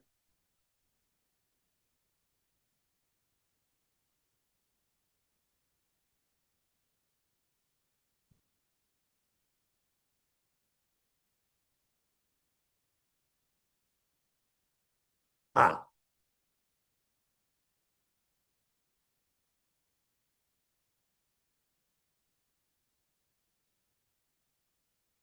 आमतौर से मध्यकालीन भारत या आरंभिक आधुनिक कालीन भारत के लिए मुश्तरका कल्चर, सामान, समन्वय संस्कृति वगैरह शब्दों का प्रयोग किया जाता है। लाला लाजपत राय कहते हैं कि हिंदू और मुस्लिम एनकाउंटर से एक न्यू सिविलाइजेशन पैदा होगी। ध्यान दीजिए, न्यू सिविलाइजेशन, नई सभ्यता। He is not using the word culture, using a व्यापक, अधिक व्यापक शब्द का इस्तेमाल कर रहे हैं कि एक नई सभ्यता का जन्म हुआ। The result was a new civilisation which was the outcome of the combined efforts of all the people of India and the product of the two great civilizations in the history of the world. दुनिया के इतिहास की दो महान सभ्यताएं हिंदू और मुस्लिम जब मिली तो लाला लाजपत राय के शब्दों में एक नई सभ्यता का जन्म। मुझे कभी कभी बहुत गहरा दुख होता है दोस्तों, हम भारत के लोग, हमें विचित्र विचित्र चीजों पर गर्व करना सिखाया जाता है। हमारे इतिहास में जो सचमुच गर्व करने लायक है उसे भुलाया जाता है या कई बार उस पर शर्म करना सिखाया जाता है। आज क्लैश ऑफ सिविलाइजेशन की बात होती है, आज डिबेट में यह साबित करने की कोशिश की जाती है कि इस्लाम सच्चा, हिंदू धर्म झूठा एंड वाइस वर्सा। 16वीं सदी में मराठी संत थे संत एकनाथ, उन्होंने एक छोटी सी पुस्तिका लिखी है, हिंदू तुर्क संवाद। हिंदू तुर्क संवाद, और वो पुस्तिका वैसे ही शुरू होती है जैसे टिपिकली होनी चाहिए। हिंदू कहता है कि हमारे रीत रिवाज अच्छे, मुसलमान सब गड़बड़। मुसलमान कहता है तुम्हारे रीत रिवाज सब झूठे और बेकार के, हमारे अच्छे। द पॉइंट हाउएवर इज कि वो जाहिर है कि कविता में लिखी गई या भंग में लिखी गई पुस्तिका है, छोटी सी है। थोड़ी देर बाद दोनों बहस करने वाले पक्ष जिस कंसेंसस पर पहुंचते हैं वो ये सब रीत रिवाज हैं, ये सब ऊपरी चीजें हैं, असल में तो आध्यात्मिक अनुभव एक है, असल में तो परमात्मा एक है और समर्पण के अलावा उस तक पहुंचने का कोई मार्ग नहीं। This was the spiritual gist of new civilization as described by Lala Lajpat. Kabir मुसलमान जुलाहे के पुत्र थे, रामानंद वैष्णव ब्राह्मण आचार्य थे। परंपरा 500 वर्षों से कबीर को रामानंद का शिष्य मानती है, और ऐसा शिष्य जिसने खुद अपने गुरु को भी सिखाया। सिखाया कैसे ये बताना जरूरी। किंवदंती आप सब लोगों ने कभी ना कभी सुनी होगी कि रामानंद जी को गुरु बनाना था, लेकिन रामानंद तो मिलेच्छों का मुंह तक नहीं देखते थे, पर्दे के पीछे से बात करते थे। तो कबीर ने कहा कि मुझे तो देखेंगे तक नहीं, मैं तो मुसलमान हूं। तो जाके वो पंचगंगा घाट पर लेट गए, और जब रामानंद जी अपने स्नान करने के लिए निकले, उनका पांव टकराया तो उनके मुंह से राम राम जैसे किसी के भी मुंह से निकलेगा। कबीर ने कहा मिल गया मुझे गुरु मंत्र, और राम राम करने लगे। सारे बनारस में बात फैल गई कि रामानंद के शिष्य हैं। तो रामानंद जी को बड़ा अजीब लगा, मैंने किसको शिष्य बनाया। तो उन्होंने बुलाया कबीर को, ये क्या हरकत है, मैंने तो तुम्हें कभी चेला बनाया नहीं, कभी गुरु मंत्र दिया नहीं, तुम अपने आप को मेरा चेला बताते घूमते हो। अब ध्यान दीजिए, मैं फिर से कह रहा हूं आपसे, किंवदंतियों को, चाहे वो भारतीय किंवदंतियां हो, चाहे जर्मन और चाहे चीनी, बहुत ध्यान से पढ़ने की जरूरत है। किंवदंती को न्यूज़पेपर रिपोर्ट की तरह नहीं पढ़ना चाहिए कि रियलिस्टिक नहीं। वो किंवदंती गढ़ने वाले भी जानते हैं कि रियलिस्टिक नहीं। पत्थर जो है समुद्र में तैरने नहीं लगते, इतना वो भी जानते हैं। और इसीलिए अगर किसी नाले के सामने खड़े हो जाए तो राम जी का नाम लेकर छलांग मारने के चक्कर में नहीं पड़ते, उल्ट खोजते। किंवदंती का मर्म समझना चाहिए। हनुमान जी छलांग मार के समुद्र पार कर गए, this is not literal. Isa Masih ने मछली के 2 टुकड़ों और रोटी के 5 टुकड़ों के आधार पर 5000 लोगों को भरपेट भोजन करा दिया। ट्रंप जैसों को छोड़ के बाकी कोई भी ईसाई जानता है कि यह संभव है, लेकिन इसका कुछ अर्थ है। तो उसी तरह ये कि जब वो रामानंद ने बुलाया और कहा कि ये क्या हरकत है साहब, बोले आपने तो मुझे बनाया है चेला, आपने गुरु मंत्र दिया है। बोले क्या गुरु मंत्र मैंने तुम्हें दिया। बोले आपने राम कहा है, इससे बड़ा गुरु मंत्र क्या हो। किंवदंती का मर्म यहां खुलता है मित्रों। ये सुनकर रामानंद की आंखों में आंसू आ गए, वो पर्दे से बाहर निकल आए और उन्होंने कोट अनकोट मिलेच्छ कबीर को छाती से लगा लिया। इसलिए मैंने कहा कि कबीर ने अपने गुरु को भी सिखाया। मैं जीवन भर अध्यापक रहा हूं और अपने निजी अनुभव से जानता हूं कि हम अध्यापकों को ये घमंड नहीं पालना चाहिए कि हम ही बच्चों को सिखाते। बच्चे हमें बहुत कुछ सिखाते। 5 सितंबर को आमतौर से टीचर डे, मैं अपने सोशल मीडिया पर हमेशा अपने छात्रों को प्रणाम करता, because they taught me a lot. तो अद्भुत स्थिति है। हम उस सभ्यता के बारे से जिसमें रहीम और रसखान रहीम का होना, रसखान का होना खास करके उस समय के हिंदू धर्म की उदारता का नहीं, उस समय के इस्लाम के आत्मविश्वास का सूचक। किसी ने फतवा जारी नहीं किया। आज कोई करके देखे वैसी कविता कि मैं पुनर्जन्म लेकर के ब्रज की जो है वो धूल बनना चाहता हूं ताकि तुम्हारे चरणों को छू सकूं। करके देखे कोई मुसलमान वैसी कविता?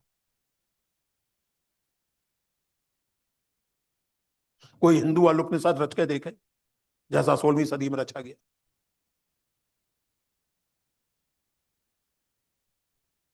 हंटिंगटन जैसे लोग जो सभ्यता मात्र के इतिहास को संघर्ष के इतिहास में बदल देते, वे एक तरह से सही कह रहे हैं।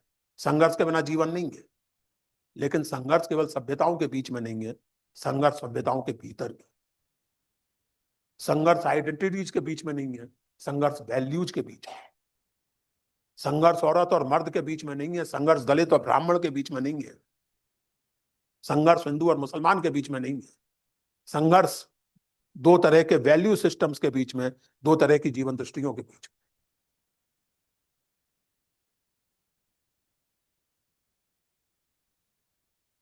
इसलिए हमें संवाद की खोज करनी चाहिए, सभ्यताओं के संवाद की।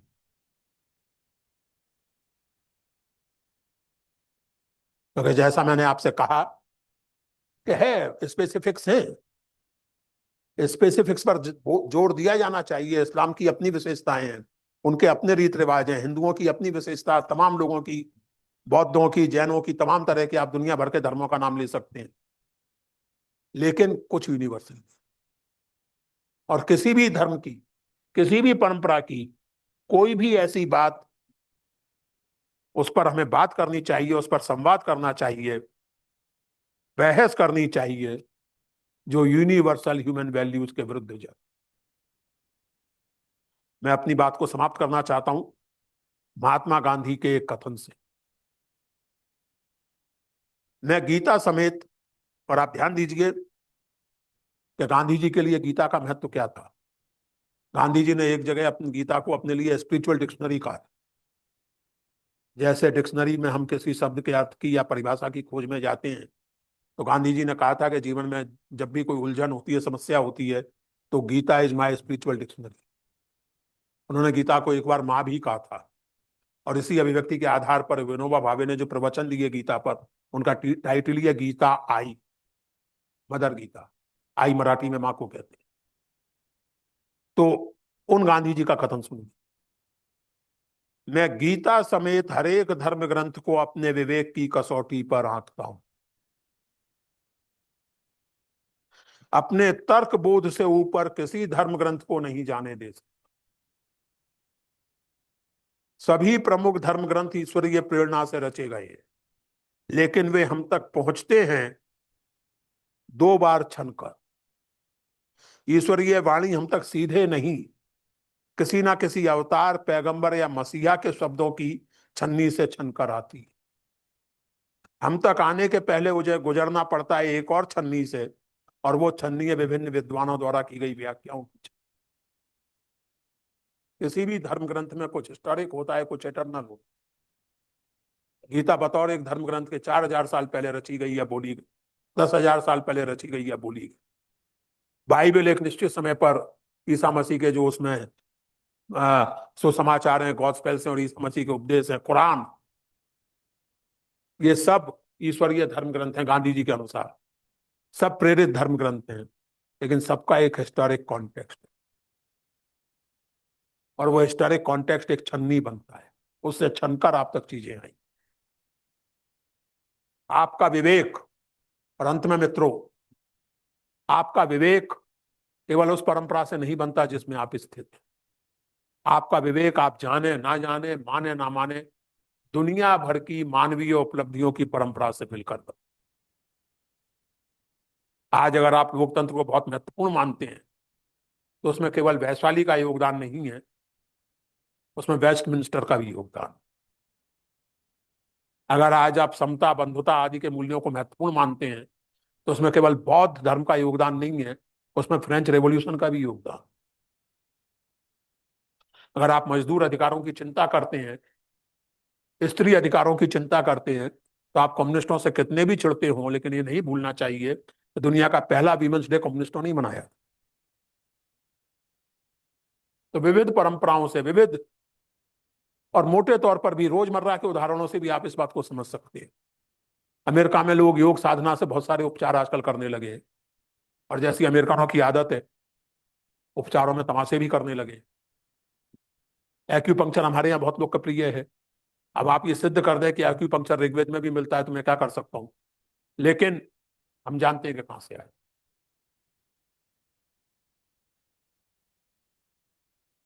दुनिया भर की परंपराओं से मिलकर छनकर आपका विवेक बनता है, और सभ्यताओं में संवाद उस विवेक का आधार भी है, उस विवेक का निर्माण करने वाली प्रक्रिया थी।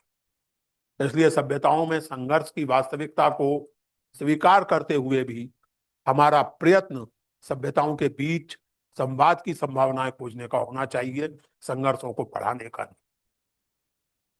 और भारतीय संस्कृति, भारतीय परंपरा के उत्तराधिकारी होने के नाते we are most suitable for doing that, because in a sense we have a concrete experience, concrete, जैसे कहें कि हमारे पास उसका एक ठोस आधार है, ठोस प्रमाण है।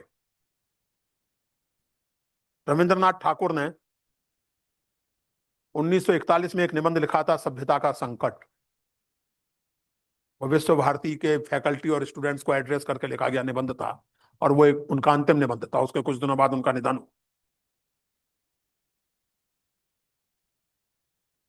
अब सुनिए, जीवन के प्रथम भाग में मेरा हार्दिक विश्वास था कि हमारी इस दारिद्र लांछित कुटिया में कोई परित्राता जन्म ग्रहण करेगा। ये उम्मीद करता था मैं कि सभ्यता दान यूरोप की आंतरिक संपत्ति है। 1915-16 में टैगोर की शिकायत ये थी कि यूरोप ने हमें नेशनलिज्म दिया, अपना सभ्यता नहीं। यूरोप बड़े प्रचंड समर्थक थे और उन्हें बहुत उम्मीदें थी यूरोपियन सिविलाइजेशन से, वेस्टर्न सिविलाइजेशन से।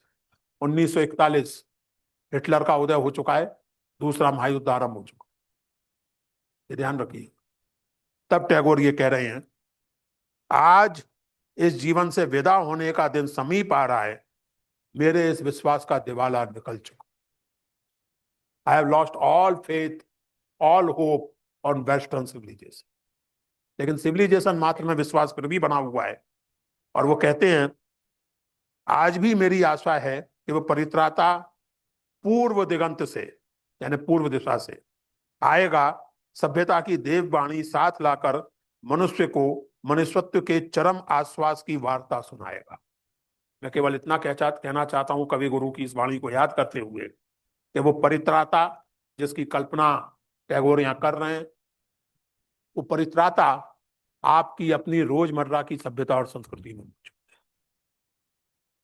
सभ्यता के संकट से मुक्त करने वाले जिस मोक्षकर्ता की कल्पना और उम्मीद टैगोर कर रहे हैं, वो आपकी अपनी, जिसे आप मध्यकालीन सभ्यता और संस्कृति कहते हैं, जैसे लाला लाजपत राय ने नई सिविलाइजेशन का उदय कहा, उसमें मौजूद है, आपकी रोजमर्रा की जिंदगी में मौजूद, आपके भाषा और मुहावरे में मौजूद है।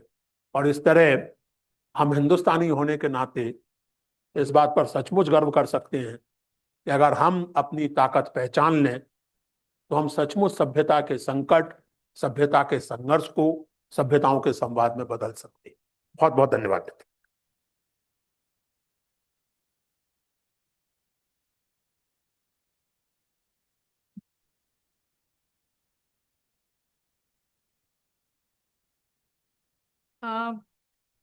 बहुत बहुत धन्यवाद पुरुषोत्तम जी। मुझे लग रहा है आपकी बात, हमें ऐसा लग रहा था कि इसको और सुने, पर आप सबके मन में जो नहीं नहीं, ये आखिरकार मत कहिए, मास्टर लोगों के साथ ही बड़ी प्रॉब्लम होती है। Sorry sorry. तो मैं आगे, आपके मन में बहुत सारे प्रश्न होंगे, तो इसके लिए मैं हमारे जो मुख्य संचालक हैं रौनक जी, उनको इनवाइट करती हूँ, वो इस सत्र का संचालन करेंगे।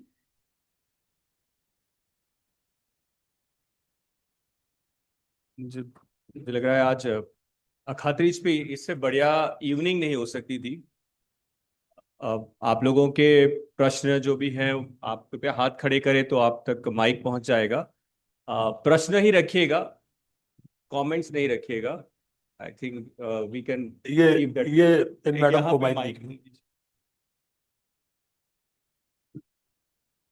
बच्चों से एक निवेदन है मेरा, यार तुम लोग जरूर सवाल पूछो, वरना मेरी ये धारणा बन जाएगी कि तुम्हारी टीचर्स तुम्हें बहुत दबा के रखो।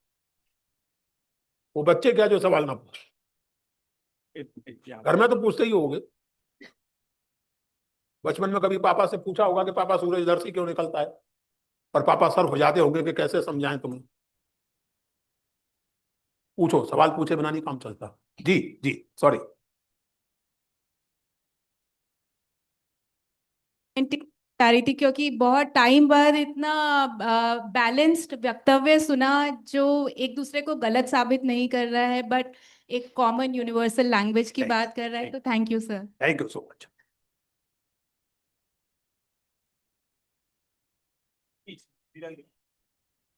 Good evening sir. बहुत अच्छा लगा आपको सुन के। पहले भी आपको बहुत सुना है। पता नहीं ये सवाल है या आंतरिक द्वंद्व है, ये आप पर छोड़ते हैं हम।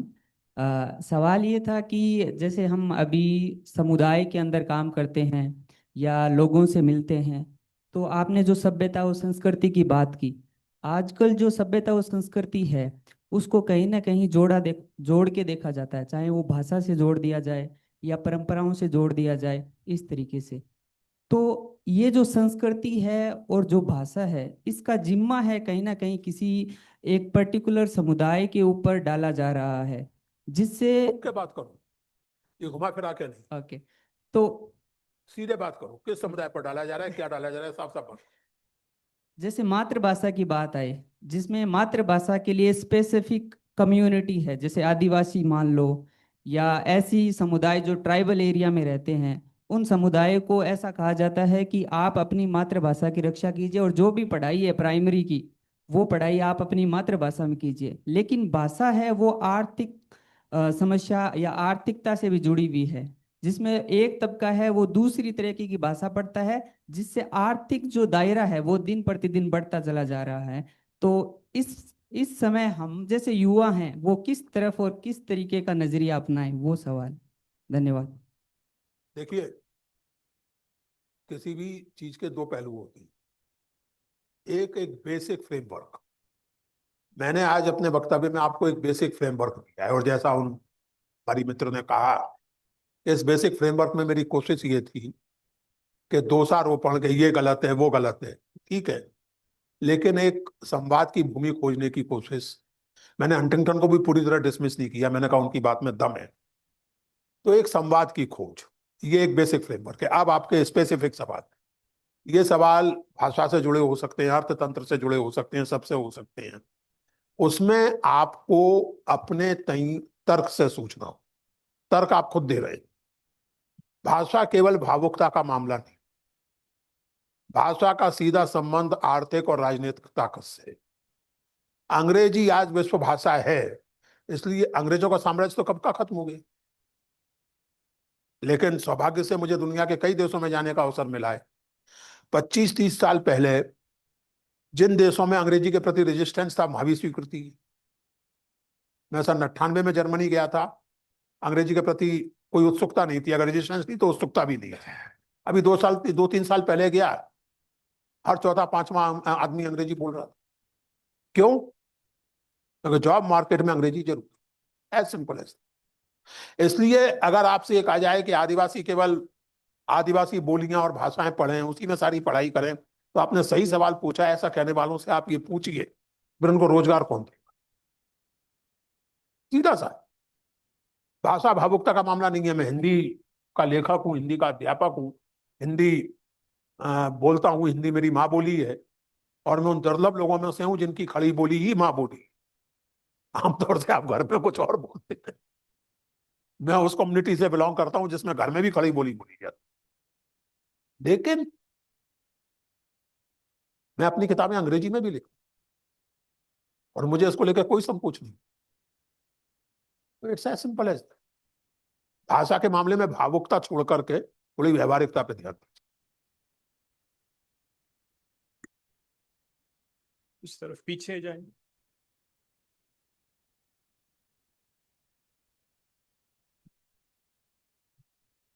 हेलो सर, नमस्ते। सर, मेरा एक प्रश्न ये है कि माइक थोड़ा पास कीजिए, मुझे आपकी आवाज। हेलो हेलो, आवाज़ आ रही है? हाँ, आ रही है। जी, थैंक यू सर।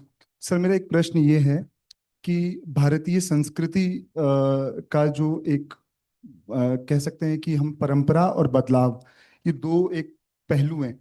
परंपरा और बदलाव यदि होंगे तो भारतीय मतलब कोई भी कल्चरल चीज़ है वो चलती है। तो मुझे मुझे ये आपसे प्रश्न करना है कि भारतीय संस्कृति को आगे बढ़ाने के लिए या इसको आगे चीज़ें करने के लिए परंपरा और बदलाव में कैसे सामंजस्य बैठाएं? क्या क्या चीजें चेंज करनी है, क्या चीजें लेकर चलनी है, या इनके बीच में क्या सिस्टम्स हो सकते हैं? तो उस पर मेरा ये प्रश्न है। इसमें देखो, तो सीधी सी बात है, कॉमन सेंस बहुत बड़ी चीज है। जी, अब जैसे बैठ जाओ। Thank you. अब जैसे दिल्ली जैसे नगर में, और जगह का मैं नहीं कह सकता, दिल्ली जैसे नगर में प्रदूषण की समस्या विकट है, और इसलिए कोई भी सरकार हो, कम से कम औपचारिक रूप से अपील करती है कि दिवाली पर आप ग्रीन दिवाली, आतिशबाजी का इस्तेमाल ना करें, क्योंकि उससे प्रदूषण बढ़ता है। अब कुछ लोगों ने इसको सांस्कृतिक आत्मसम्मान का सवाल बना लिया। वो ट्विटर पर ये गर्व जताते हैं कि हमने 3 बजे तक पटाखे चलाए। एक सज्जन है, मैं नाम नहीं लूंगा, वो विद्वान माने जाते हैं कुछ हलकों में। उन्होंने एक टेलीविजन प्रोग्राम में कहा कि दिए जलाना और आतिशबाजी चलाना इसलिए जरूरी है कि आपके जो पूर्वज दिवाली मनाने आए होते हैं, उन्हें वापस जाने के लिए, रोशनी दिखाने के लिए पटाखे चलाए थे। अब मैं ऐसे कार्यक्रमों में जाता नहीं हूं आजकल, और वहां जो बैठे थे वो सब इतने महान थे कि उनमें से किसी ने वो सवाल नहीं पूछा जो मेरे मन में आया कि भाई साहब, पूर्वज लोग बिना पटाखों के चले आते हैं अगर मनाने दिवाली, तो बिना पटाखों के वापस भी चले जाएंगे। या फिर पटाखे जो है वो 7 दिन पहले से शुरू करके 7 दिन बाद तक चलाने चाहिए, क्योंकि इसी पूर्वज का मन 2-4 दिन और रुकने का हो सकता है। तो अपन धक्का तो नहीं दे देंगे ना भाई। मेरे पिताजी मेरे साथ दिवाली मनाने पधारे, अब उनका मन है 7 दिन और रुकने का, मैं कहूँ नहीं, अब होगी दिवाली, आप निकलो, तो 7 दिन तक चलाना। ये, to put it very bluntly, ये शब्द से एक प्रतिक्रियावादी है। प्रतिक्रिया यानी एक समझदारी की बात के विरोध में खाम खां दुराग्रह के कारण की जाए। प्रदूषण हिंदू और मुसलमान का फर्क नहीं करता। प्रदूषण मार्क्सवादी और गैर मार्क्सवादी, राष्ट्रवादी और गैर राष्ट्रवादी का फर्क नहीं करता। तो इसीलिए जब आप सभ्यता संस्कृति में क्या रखें क्या छोड़ें, भाई दिवाली मनाइए, दिवाली मनाने के और भी तरीके हो सकते हैं। अब आप मान लीजिए, और ये किसी भी त्योहार के बारे में सच है, दिवाली हो या ईद हो या क्रिसमस हो, कुछ भी, अब आपको क्रिसमस से प्रॉब्लम होनी नहीं चाहिए अगर आप सच्चे हिंदू हैं, क्योंकि हिंदू परंपरा में तरह तरह के भगवानों और देवी देवताओं की स्वीकृति अंतर्निहित। हम सृष्टि मात्र में दिव्यता देखते हैं और इसलिए स्वीकार करते हैं। अब आप क्या वो 25 दिसंबर को तुलसी पूजन, बाकी सारे हिंदू त्योहार विक्रमी संवत से होंगे, एक ही त्योहार है जो ईसाई संवत से होगा, और तुलसी पूजन या वॉट एवर, ये चीजें जो हैं, इस तरह के रवैयों से हमें संघर्ष करना चाहिए। ये जो प्यूरिटी का आग्रह है, मैं फिर से कहूं, मैं विदेशों में रहा हूं। अभी पिछले ही दिनों, पिछले साल या उससे पिछले साल दिवाली पर मैं यूएसए में था, और वहां दुकानों को सजाने के मामले में, रोशनियां करने के मामले में केवल हिंदू नहीं, गोरे भी कर रहे, क्योंकि मनुष्य का स्वभाव है उत्सव के बहाने खोजता है। मनुष्य बड़े मनहूस लोग हैं जो उत्सव के बहानों को कम कर। अरे भाई, हम तो वो समाज हैं जहां हम रोते भी सुरीले ढंग से हैं, मातम भी सुरीला होता है हमारा। तो हमारे मातम में लोग चुपचाप थोड़ी खड़े हो जाते हैं काला सूट पहन के। आप, मुझे नहीं पता आपका, अब हमारे शहरों की तो बात अलग है, गांव देहात में देखिए जाके कि कैसे माता बहनें क्या मस्त ढंग से मरने वाले की विशेषताएं गिनाती हैं। तो we are a society of celebrations यार, let us have more of it. तो संस्कृति और बदलाव, परंपरा और बदलाव, ऐसा कोई भी बदलाव जो समाज के स्वास्थ्य के अनुकूल हो, मानवीय गरिमा के अनुकूल हो, खाम खा का प्रदूषण ना फैलाए। अब आपको भजन करना है, कीर्तन करना है, अजान देनी है, क्रिसमस पे क्या वो कोयर गाने हैं, लेकिन आपको जो है वो 100 वॉल्यूम पर करना है, डेसिबल टेररिज्म क्रिएट करना है, वो तो नहीं करना चाहिए, वो गलत चीज है। कॉमन सेंसिकल बात है, सिंपल।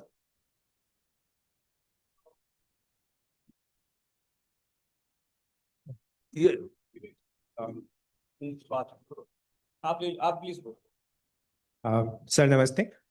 मेरा सवाल ये है कि सभ्यताएं जब एक दूसरे से क्लैश करती हैं या संवाद भी करती हैं तो खतरा उनके होमोजेनस होने का भी होता है। हैं? उनके होमोजेनस हो जाने का भी एक वो भी उसका एक परिणाम है। तो ये कहाँ तक आगे जाता है और इसके क्या असर देखने को मिल सकते हैं? नहीं, उसको खतरा क्यों कहा आपने होमोजेनस होने? खतरा क्या है उसको? मतलब कई लोग ये भी कहते हैं कि हम बहुत जल्दी अपने पुरानी कल्चरल रूट्स खो भी देते हैं होमोजेनस होने के नाम पर। जो कल्चरल रूट्स, यही precisely that is the point. अच्छा सवाल है आपका। आपकी जो कल्चरल प्रैक्टिसेस स्वस्थ नहीं है उनको छोड़ देने में क्या अर्थ, और जो स्वस्थ प्रैक्टिसेस हैं उनको बनाए रखने में औद्योगिक सभ्यता आपको कहाँ रोक। आप अगर गणेश पूजन करना चाहते हैं, आप ईद मनाना चाहते हैं, आप क्रिसमस मनाना चाहते हैं, आप ईस्टर मनाना चाहते हैं, औद्योगिकरण कहाँ रोकता है? लेकिन क्या औद्योगिकरण होमोजेनिटी इम्पोज भी कर रहा है किसी सभ्यता के ऊपर? इम्पोज कर रहा है तो उस इम्पोजिशन के विरुद्ध सावधान रहने की जरूरत है। लेकिन से उस इम्पोजिशन को दूर करने का मतलब ये नहीं है कि आप आइडेंटिटी एसर्शन इस हद तक पहुंचा दें जिसके उदाहरण मैंने आपको दिए। वो ठीक नहीं है। मुझे हिजाब से कोई ऐतराज नहीं, एब्सोल्युटली ना। लेकिन एक तरफ आप हिजाब को अपनी पहचान बना लें, दूसरी ओर आप हिजाब को ऐसा इशू बना दें कि बच्चियां स्कूल भले ही ना जाएं लेकिन हिजाब नहीं पहनेंगी। This hijab centric discourse is a problem. Hijab is not a problem. What my point? Hijab is not a problem at all. Hijab centricity is a problem. तो ऐसी स्थितियां जब उत्पन्न होती हैं तो वो एसिमिलेशन, देखिए यूएस में क्या प्रॉब्लम है। यूएस में प्रॉब्लम यह है कि उन्हें केवल दो चीजें मालूम, एक एसिमिलेशन और एक मल्टीकल्चरलिज्म। वहां जो राइट विंगर है हंटिंगटन जैसे, वो एसिमिलेशन की बात करते हैं कि आप सब भूल जाइए, आप केवल अमेरिकन है इतना याद रखिए। जो मल्टीकल्चरलिस्ट हैं वो कहते हैं कि आप ये भी याद रखिए कि आप क्या हैं और साथ साथ हो सके तो अमेरिकन भी हो जाइए। ये प्रॉब्लम है। कहीं ना कहीं आपको यूनिवर्सल की शरण में जाना पड़ेगा। आप अपनी कल्चर याद रखिए उस हद तक जहां तक कि वो यूनिवर्सल को वायलेट ना कर। As simple. Culture history specific. हम सबकी ट्रेडिशन में बहुत सी ऐसी चीजें थी जो उस जमाने में लोगों को बड़ी सही लगती थी, सहज लगती थी। आज से 200 साल पहले अगर ये सभा हो रही होती तो क्या हॉल में इतनी लड़कियां और स्त्रियां बैठी हो सकती?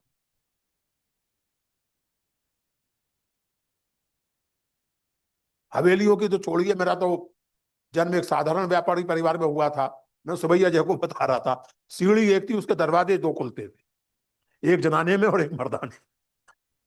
तो माँ की जो सहेलियां आती थी वो इस दरवाजे से जाती थी, हमारे दोस्त जो आते थे वो इस दरवाजे से आते। क्या आज कहीं देखते हैं ऐसा? And it's a good change, it's not a bad change, चाहे वो मजबूरी में आया हो। दिल्ली में अगर आप फ्लैट में रहते हैं तो एक दरवाजा हो, वही भगवान की कृपा है, दूसरा कहां से बनाएंगे? तो these kind of changes are welcome, they must be welcome. इस तरफ है, आप इनको दीजिए, बहुत देर से वो सर हाथ उठा। वर्षा लास्ट में, इसके बाद अरे बहुत देर से हाथ उठा।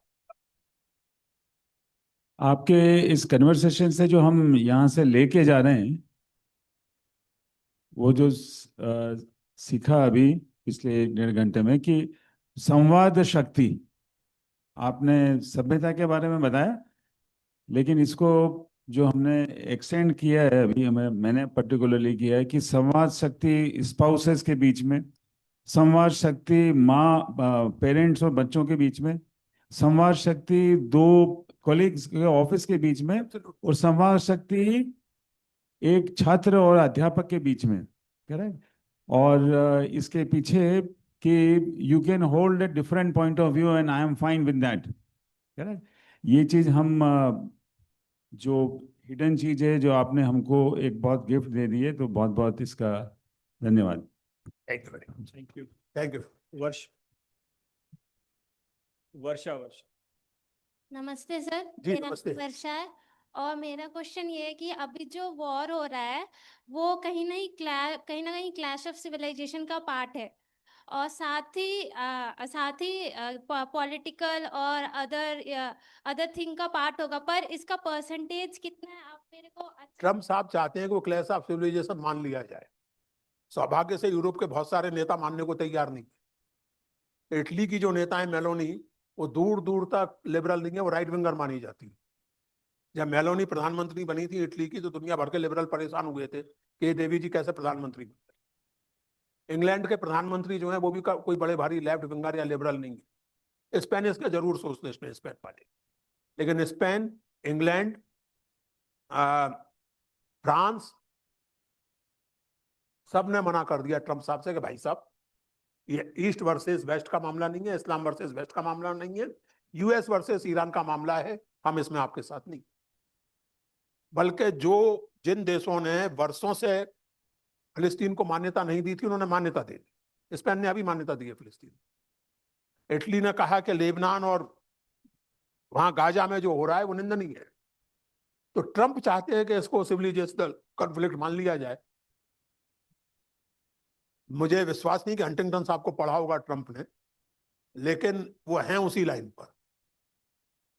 लेकिन सौभाग्य से न केवल यूरोप के जनमानस में, बल्कि यूरोप के कल्चरल एंड पॉलिटिकल एस्टेब्लिशमेंट में भी इस वॉर को क्लैश ऑफ सिविलाइजेशन के रूप में नहीं देखा जा रहा। इसलिए मुझे और भी दुख होता है जब हमारे यहाँ नेशनल टेलीविजन पर एक कमेंटेटर महोदय ये कहते हैं कि इजराइल हमारा भाई है और मैं चाहता हूं कि वो लेबनान और गाजा पर और बम गिराए। ऐसे कहते हैं more loyal than the king. ये चिंता की बात है। सौभाग्य से यूरोप इसको एक सिविलाइजेशनल क्लैश के रूप में नहीं देखा, और ये है भी नहीं। लास्ट क्वेश्चन, फिर हमें एंड। नमस्ते सर। सर मेरा प्रश्न ये है कि समाज में पाप अपराध बहुत बढ़ रहा है, जिसे तो अगर एक आस्तिक इंसान अगर पाप करता है तो वो जितना होता है पाप अपराध करने से बचेगा, क्योंकि उसे उसके ईश्वर का थोड़ा डर है। लेकिन नास्तिक इंसान को ईश्वर का कोई डर नहीं है। वो अगर कोई पाप करता है, अपराध करता है, तो वो पुलिस या जुडिशरी से साम दाम दंड भेद किसी भी टेक्निक से बच निकलता है। तो आपको नहीं लगता है कि नास्तिकता बढ़ने से समाज में पाप अपराध और बढ़ता जाएगा? ट्रम्प आस्तिक है या नास्तिक? मैं सर नास्तिक हूँ। आपकी बात नहीं करता। जी सर। ट्रम्प नास्तिक है या आस्तिक? ट्रम्प का मुझे नो आइडिया सर। आस्तिक है ऑब्वियसली, पॉलिटिशियन है तो। हिटलर नास्तिक थे या आस्तिक थे? हिटलर सर आस्तिक था। आपके सवाल का जवाब हाँ मिल गया ना? आस्तिकों ने बहुत पाप किया है, लेकिन सर ओके ओके, ऐसा है। आस्तिक तो है ही पापी। सुनिए, मेरी एक किताब आई है अभी, मजबूती का नाम महात्मा गांधी। यहाँ शायद है भी, और वरना अमेजन पर उपलब्ध है।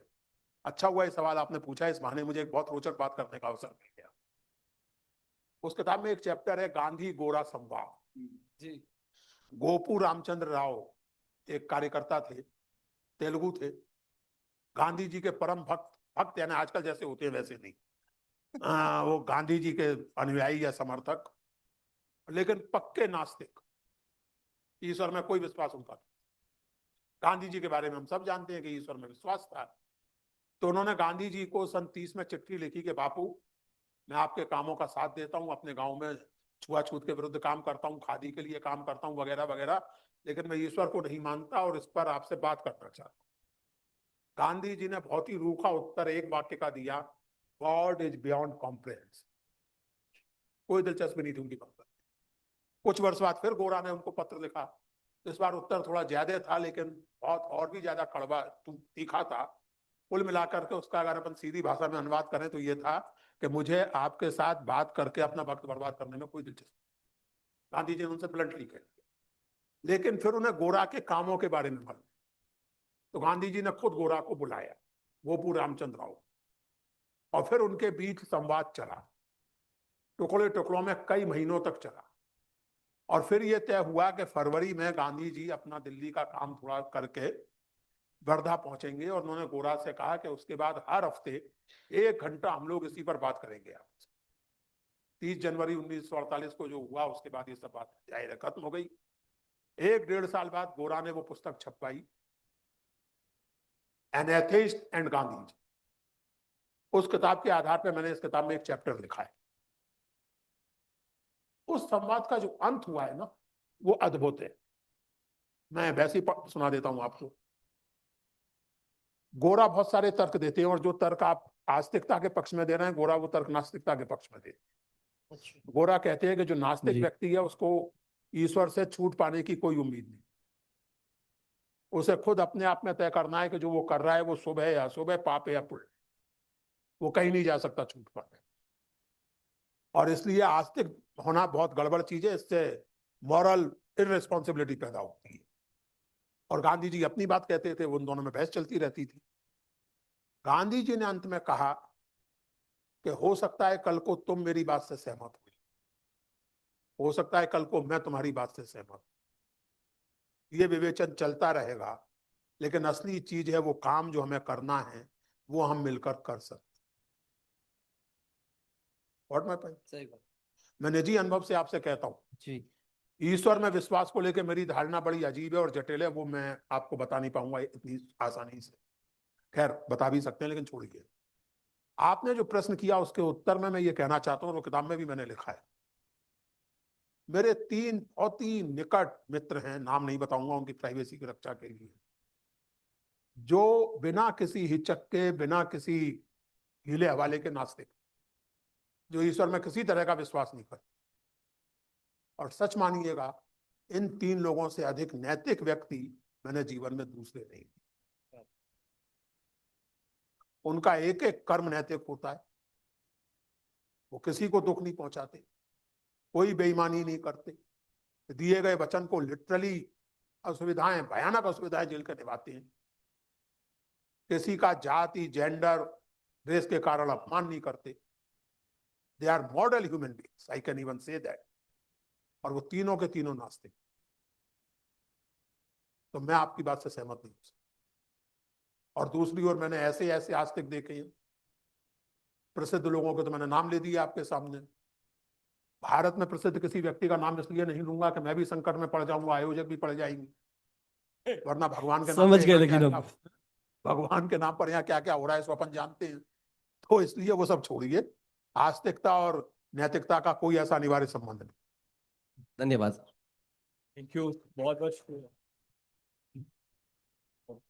हम लोग ऑलरेडी वो टाइम ज़्यादा एक्सटेंड कर चुके हैं, लेकिन आप लोगों की रुचि देख के लग रहा है कि आज का जो संवाद है बहुत बेहतरीन रहा है। मैं उस पर कोई मेरी टिप्पणी नहीं है, बट एक छोटा और कार्यक्रम बाकी है। आप कृपया 10 मिनट और अपने दीजिएगा। लक्ष्मी, शैलेंद्र जी आप आ जाएं।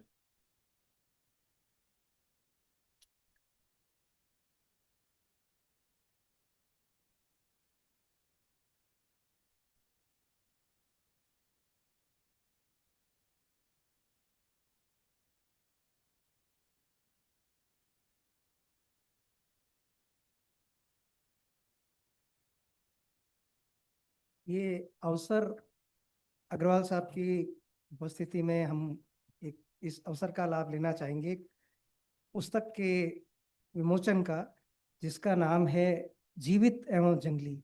ये अंग्रेजी में लिखी गई है और इसका हिंदू अनुवाद भी तैयार हो रहा है। कुछ पृष्ठभूमि है इस पुस्तक की, मैं आपके सामने रखना चाहूँगा। फिर उसके बाद मैकेंजी शर्ट जिन्होंने ये पुस्तक लिखी है वो भी आपके सामने 2 शब्द रखेंगे। तो बेसिकली ये पुस्तक की पृष्ठभूमि इस प्रकार है कि हम एक असाधारण घरों के भीतर तथा कथित सुसंस्कृत युग में जीते हैं, जहां हमारे बच्चे जूते के फीते बांधने से सीखने से पहले डिजिटल दुनिया के साथ संपर्क साध लेते हैं। वे टच स्क्रीन पर इंटरनेट के उपयोग में पारंगत हो जाते हैं। इसके बावजूद अगर हम उनसे किसी 10 साल के बच्चे के आसपास के छात्र से ये पूछें कि 5 चिड़ियों के नाम बताएं, पत्तियों के उड़ने के आधार पर दिशा का ज्ञान बताएं, या उनके साथ बात करें कि खेत में बैठें, उदासी दूर करें प्रकृति के साथ, तो उनमें हम एक घूरती हुई ऐक्यता का आभास करेंगे। ये पुस्तक उसी संदर्भ में एक सरल विचार प्रस्तुत करती है कि क्या हो अगर कक्षाएं भवन के बाहर की खुली दुनिया में आयोजित हों, क्या हो यदि जो खेल के मैदान जंगलों या नदी के किनारों पर जो बच्चे खेलते आए हैं वे पढ़ाई से मिलने वाले ब्रेक के समय नहीं होके पढ़ाई का एक हिस्सा बन जाए। मैकिन्जी ने इस किताब में उन्हीं खेलों को एकत्रित करके उन्हें कक्षा में शिक्षण हेतु रूपांतरित कर कुछ सामग्री तैयार करके एक ढांचे में, व्यवस्थित ढांचे में पिरोया है, जिसका उपयोग शिक्षक एवं पाठ्यक्रम निर्माता सरलता से कर सकते हैं। Mohan Singh Mehta memorial trust Mackenzie के इस समर्पित कार्य की हृदय की गहराइयों से सराहना करता है। मैकेंजी एक शिक्षिका और प्रैक्टिशनर हैं जिन्हें बीज, मिट्टी और खुले आसमान के तले काम करने से गहरा प्रेम है। उन्होंने दक्षिण एशिया में पूर्व प्राथमिक से 12वीं कक्षा तक के स्तर के विद्यार्थियों के साथ खेती से जुड़े कार्यक्रमों की रूपरेखा तैयार करने का उन्हें व्यापक अनुभव रहा है। भारत में 15 से अधिक साल उन्होंने काम किया है और वो भारत की सांस्कृतिक एवं अन्य परंपराओं का दिल की गहराइयों से आदर करती हैं। इस पुस्तक की जो प्रस्तावना है वो श्रीमती प्रज्ञा राव ने लिखी है, जो एक अर्बन प्लानर हैं। उन्हें शहरी विकास और प्लानिंग के क्षेत्र में रिसर्च और पेशेवर काम करने का 15 साल से ज़्यादा का अनुभव है। वो अभी उदयपुर में मोहन सिंह मेहता मेमोरियल ट्रस्ट से जुड़ी हुई हैं और वो लोगों की भागीदारी से कम्युनिटी पार्क बनाने के काम पे जुड़ी हुई हैं। अब मैं मैकेंजी जी से निवेदन करूंगा, उसके बाद हम पुस्तक का अनावरण करेंगे।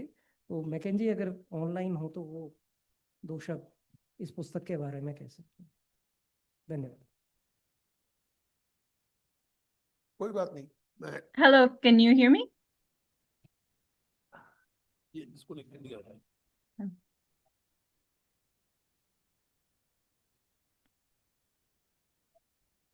Can you hear me? Yes. सुनाई दे रही है क्या?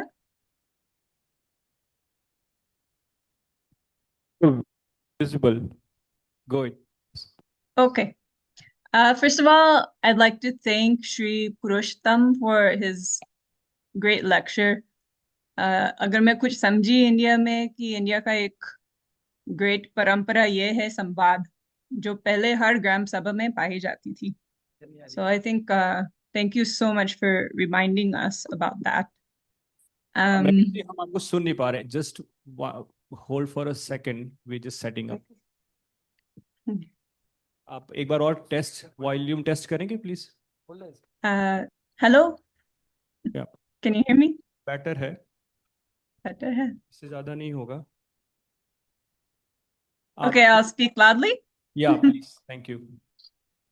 Okay, I won't speak long, but I would like to thank Shri Purushottam ji for his lecture. हमको ये याद दिलाने के लिए कि इंडिया का एक ग्रेट परंपरा ये है संवाद, जो पहले हर ग्राम सभा में पाई जाती थी.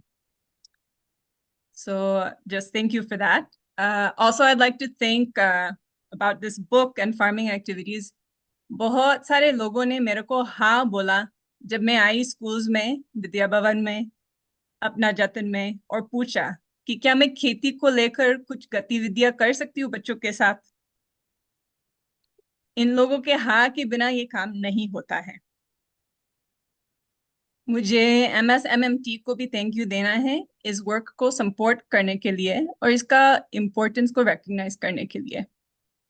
मुझे आशा है कि जो इस किताब में इंक्लूड कर पाई गतिविधियां कि वो दूसरे को सपोर्ट दे अपनी अगली पीढ़ी को खेती, कृषि और प्रकृति में इन्वॉल्व करने में.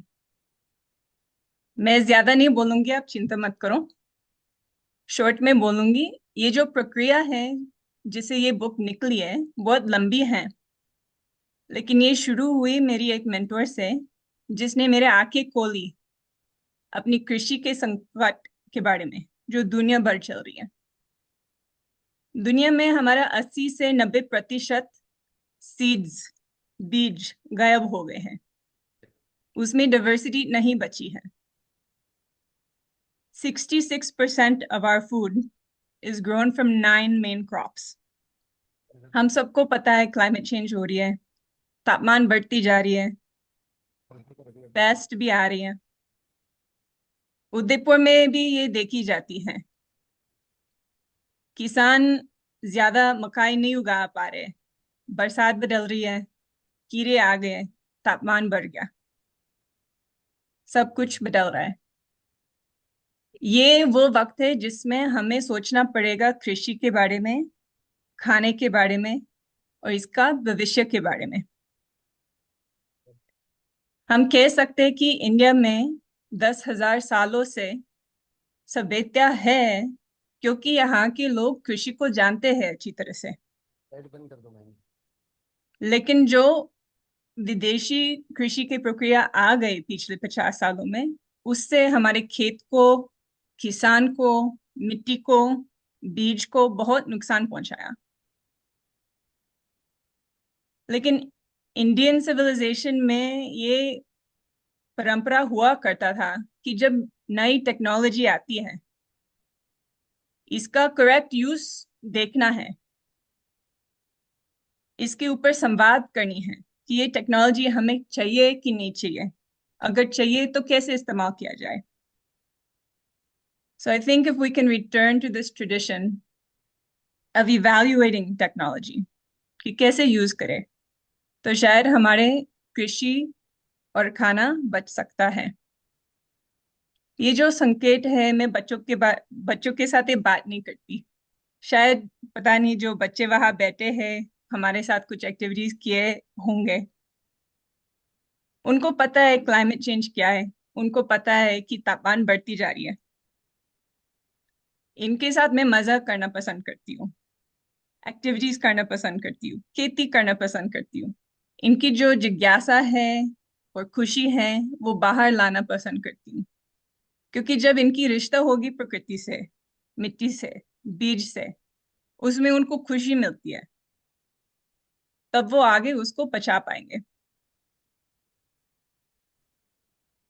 I think we all want what's best for the children.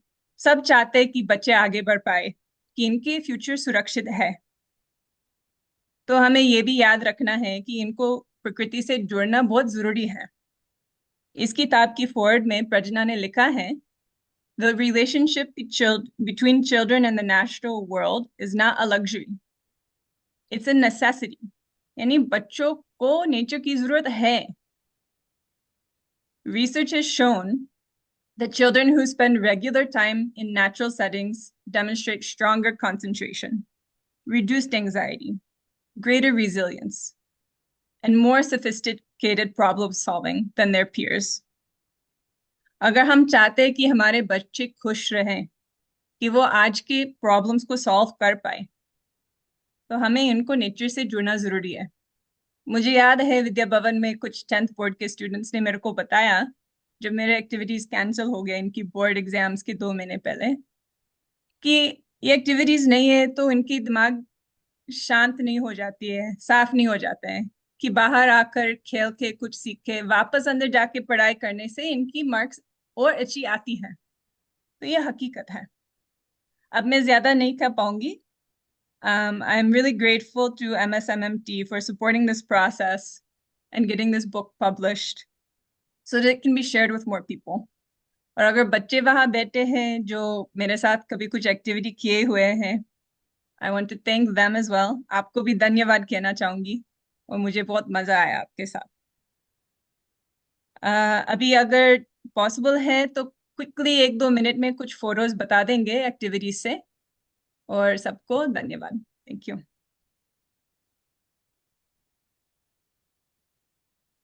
Thank you Mackenzie. अब मैं पुस्तक के विमोचन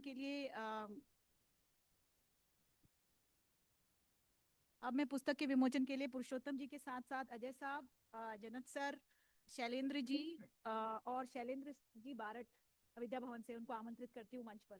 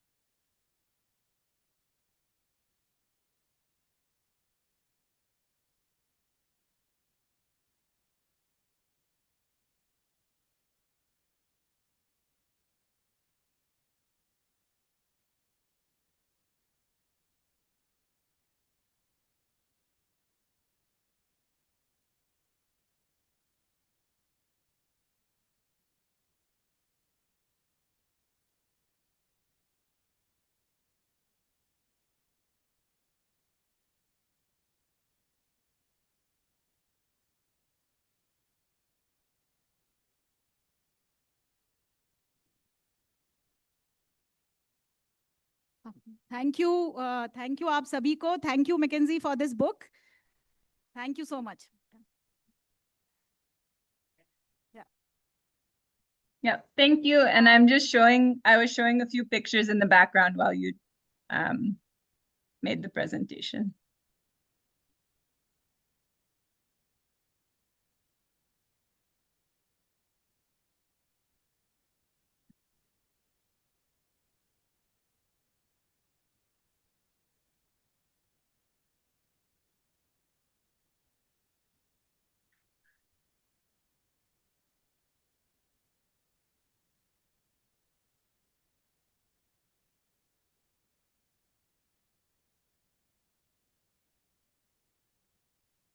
पुनः धन्यवाद पुरुषोत्तम जी का, मैकेंजी आपका.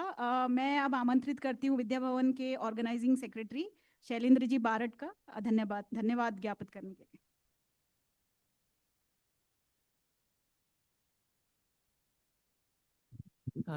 श्रद्धेय भाई साहब मोहन सिंह जी मेहता साहब की जन्मदिन की पूर्व संध्या पर ये हर साल कार्यक्रम आयोजित किया जाता है और आज अक्षय तृतीया भी है और जिस दिन मेवाड़ राज्य में इस उदयपुर शहर की नींव रखी गई, मतलब इसका भी आज ही उदयपुर का प्रादुर्भाव हुआ.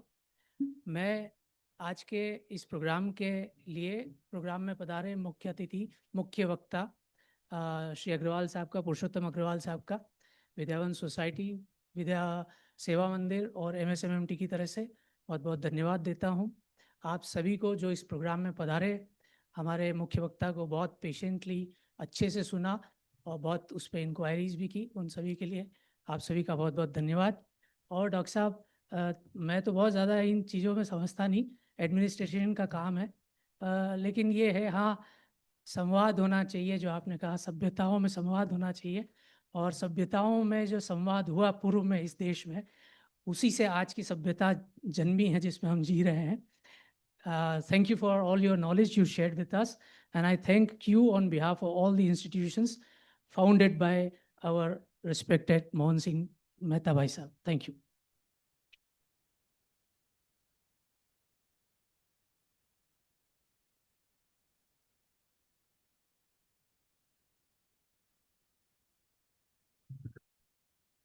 थैंक यू आप सभी को. ये कार्यक्रम यहीं पे समाप्त हो रहा है साथियों. बहुत बहुत धन्यवाद इतनी अच्छी उपस्थिति के लिए. Thank you so much Purushottam ji, again thank you.